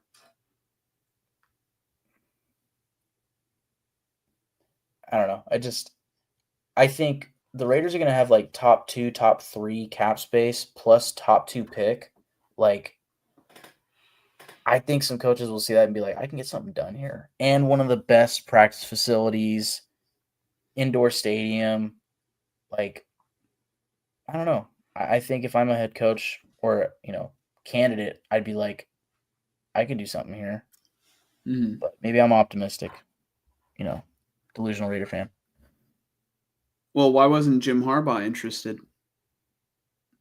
I think last year's situation. I think a mixture of that, but also I think Jim Harbaugh might have been a special case of he was only interested in one place. Just like 2, 3, 4 years ago when it was the Vikings. Like he was only interested in the Vikings, and that might have only been a leverage ploy because he only wanted to go to Michigan on an extension. I think Harbaugh might be a little different than most coaching candidates. Like he's more detail or not He detail can pick oriented, and but choose. yeah, because he's that good. Yeah. Mhm. Yeah, but in terms of finishing thoughts, I don't think that they hired Antonio Pierce and set him up to fail. I think what the way I see it is they gave him an opportunity to keep the job long term. Yep. They gave him all right, you can at least try, which Yeah. in the NFL there is no room for just trying. It's a win now league. You Yep. have to, I think it was. I don't think that Antonio Pierce was the absolute best candidate that they could have gotten, but you could make the argument that he earned an opportunity to try and coach the team going forward. And that's what Yeah. Mark Davis gave to Antonio Pierce. Well, not gave. Antonio Pierce, earned it, but at least Mark Davis granted the opportunity. Yep. All right, you earned it. The team loves you. The fan base, loves you. We'll, we'll give this a shot. And instead of them failing him, I think you could make the case that I think Antonio Pierce did not live up, it's not even so much that they had high expectations, because I don't even think there was high expectations for this team going forward. But what are the redeeming factors that Antonio Pierce has displayed this season that signify, hey, you know what? He was able to accomplish this, and this season. So that's why I would give him an opportunity to run it back, in 2025. Richard Sherman's reasoning is, oh, well, he didn't do this because this, that, and that, Right. because they set him up to fail. And it's like, Yeah. okay, well, still, what has he shown this season that tells you, hey, you know what? We shouldn't look for another head coach. Mhm. Right? Right. Yep.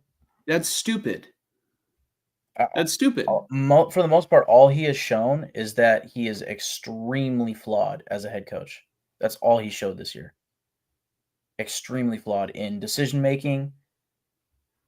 Mostly, yeah, decision making, but also like the team's willing to fight for him vibe has kind of gone away, mostly because of losing, right? Winning fixes everything. They were winning games last year, so it felt like, wow, they really do fight for him. This year they're not winning, so it's like, yeah, no, they don't. But, you know, his decision making when it comes to timeouts or something as simple as timeouts or something as big as who the quarterback is, flawed. Like you couldn't ask me to find something specifically from this season that says, yeah, he should be the head coach next year. I couldn't tell you a single thing. I could give you more reasons as to why he should not be the head coach. Yeah. Because one of the biggest reasons was, for him being the head coach was his players wanted to play for him. Mm-hmm. Devontae Adams, reason number one of why not. Max Crosby says he's losing his mind with every loss. Business decisions. The players were no longer bought in. They were making business decisions on the field. Yeah. Under his watch. Yep. That's his team. It's not the team he inherited anymore. This is Antonio Pierce's team. He could have gutted the roster for all we know, So I think that Antonio Pierce shares some blame for that. And I encourage anyone in the comments, maybe I'm not seeing it from the proper perspective, and I encourage Richard Sherman, if he ever sees this, which I don't think that he has time to, or, maybe doesn't even care for it. Give me a few reasons as to why Antonio Pierce has earned an opportunity this year to be the coach next year. Yeah. I'd say my last thought is like what you were saying about just them hiring him from the get-go of like, well, they gave him his chance, to earn, or he earned his chance, and they gave him this opportunity to truly be the head coach and to show that he's, deserving of that.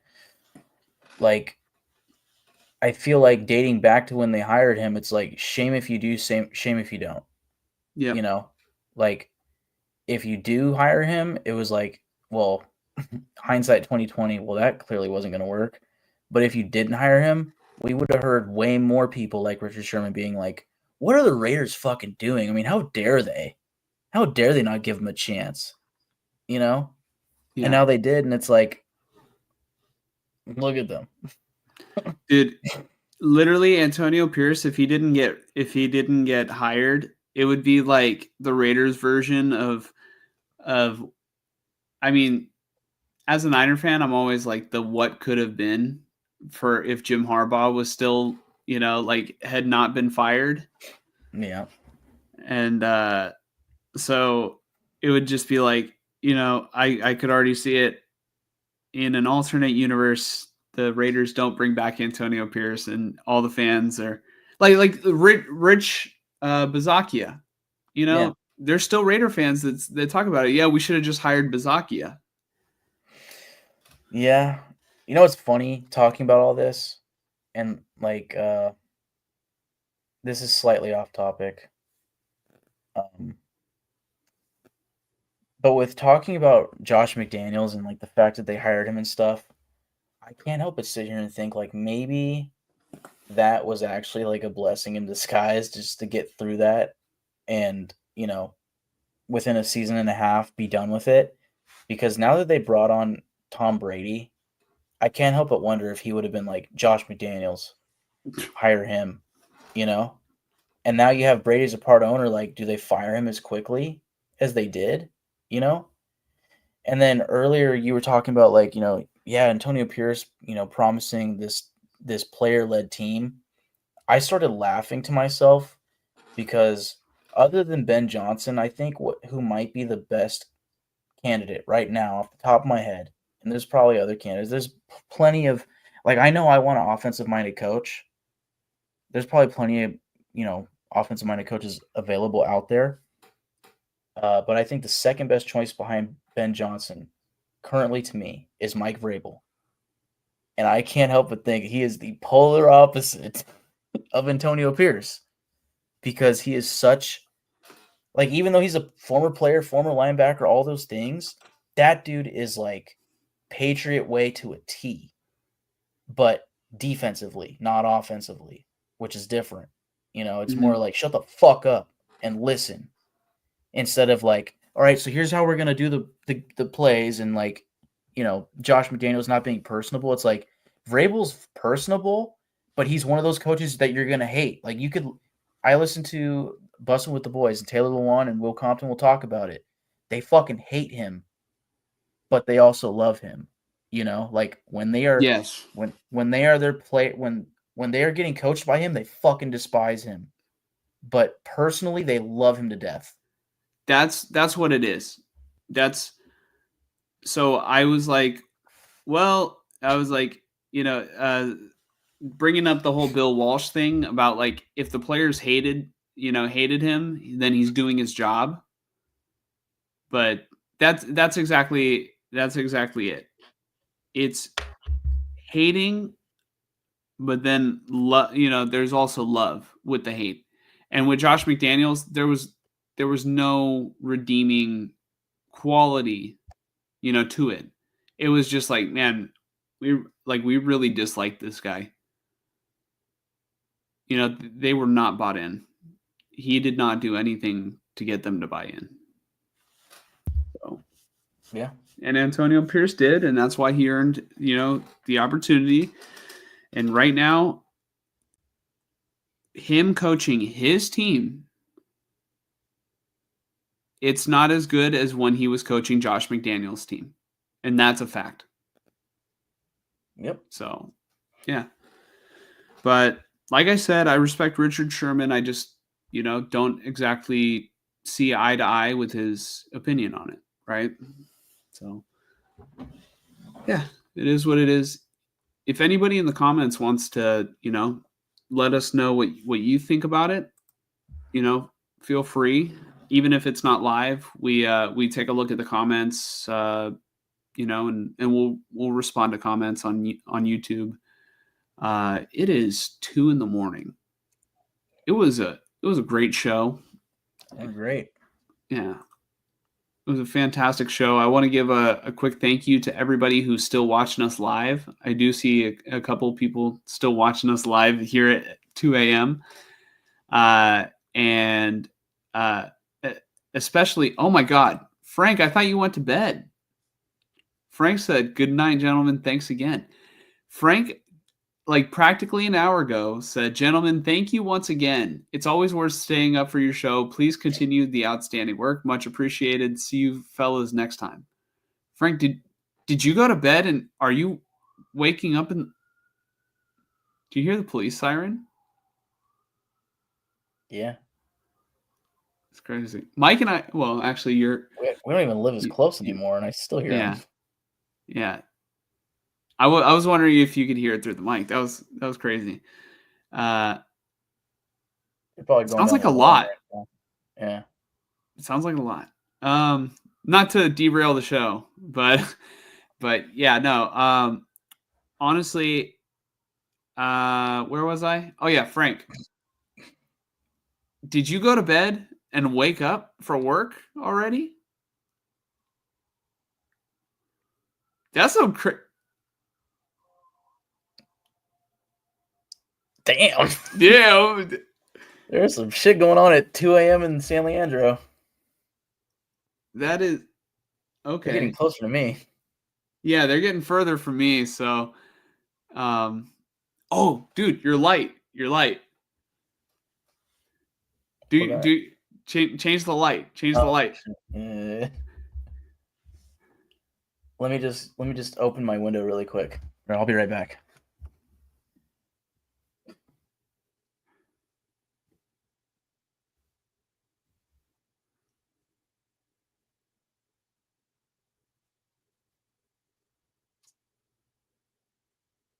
Oh no. They're here. Oh God. Bad boys, what you go? That's him, officer. Yeah. Oh. But yeah. So Frank says, no, I was here all the way. Anthony C, welcome back in. Says great show. No, we appreciate you guys hanging out with us. I want to also thank Chris Foster for tuning into the show today. Mr. Amazing,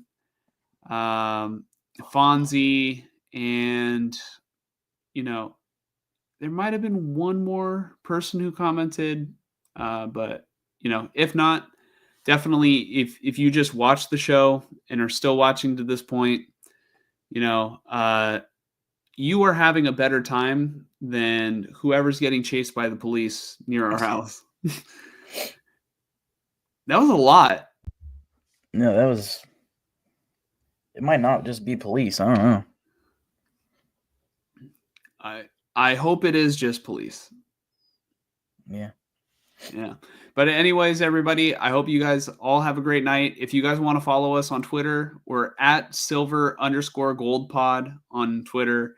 And yeah, if not, you can follow us directly. If you want to, let's just say you like Mike's takes a little bit more, you can follow him directly on Twitter at mforrester9, or, you can follow me directly at, on Twitter at jck510. And yeah, like I said, it was a great show. Hope everybody has a great night. Thank you for tuning in. We'll catch you guys next week. Peace.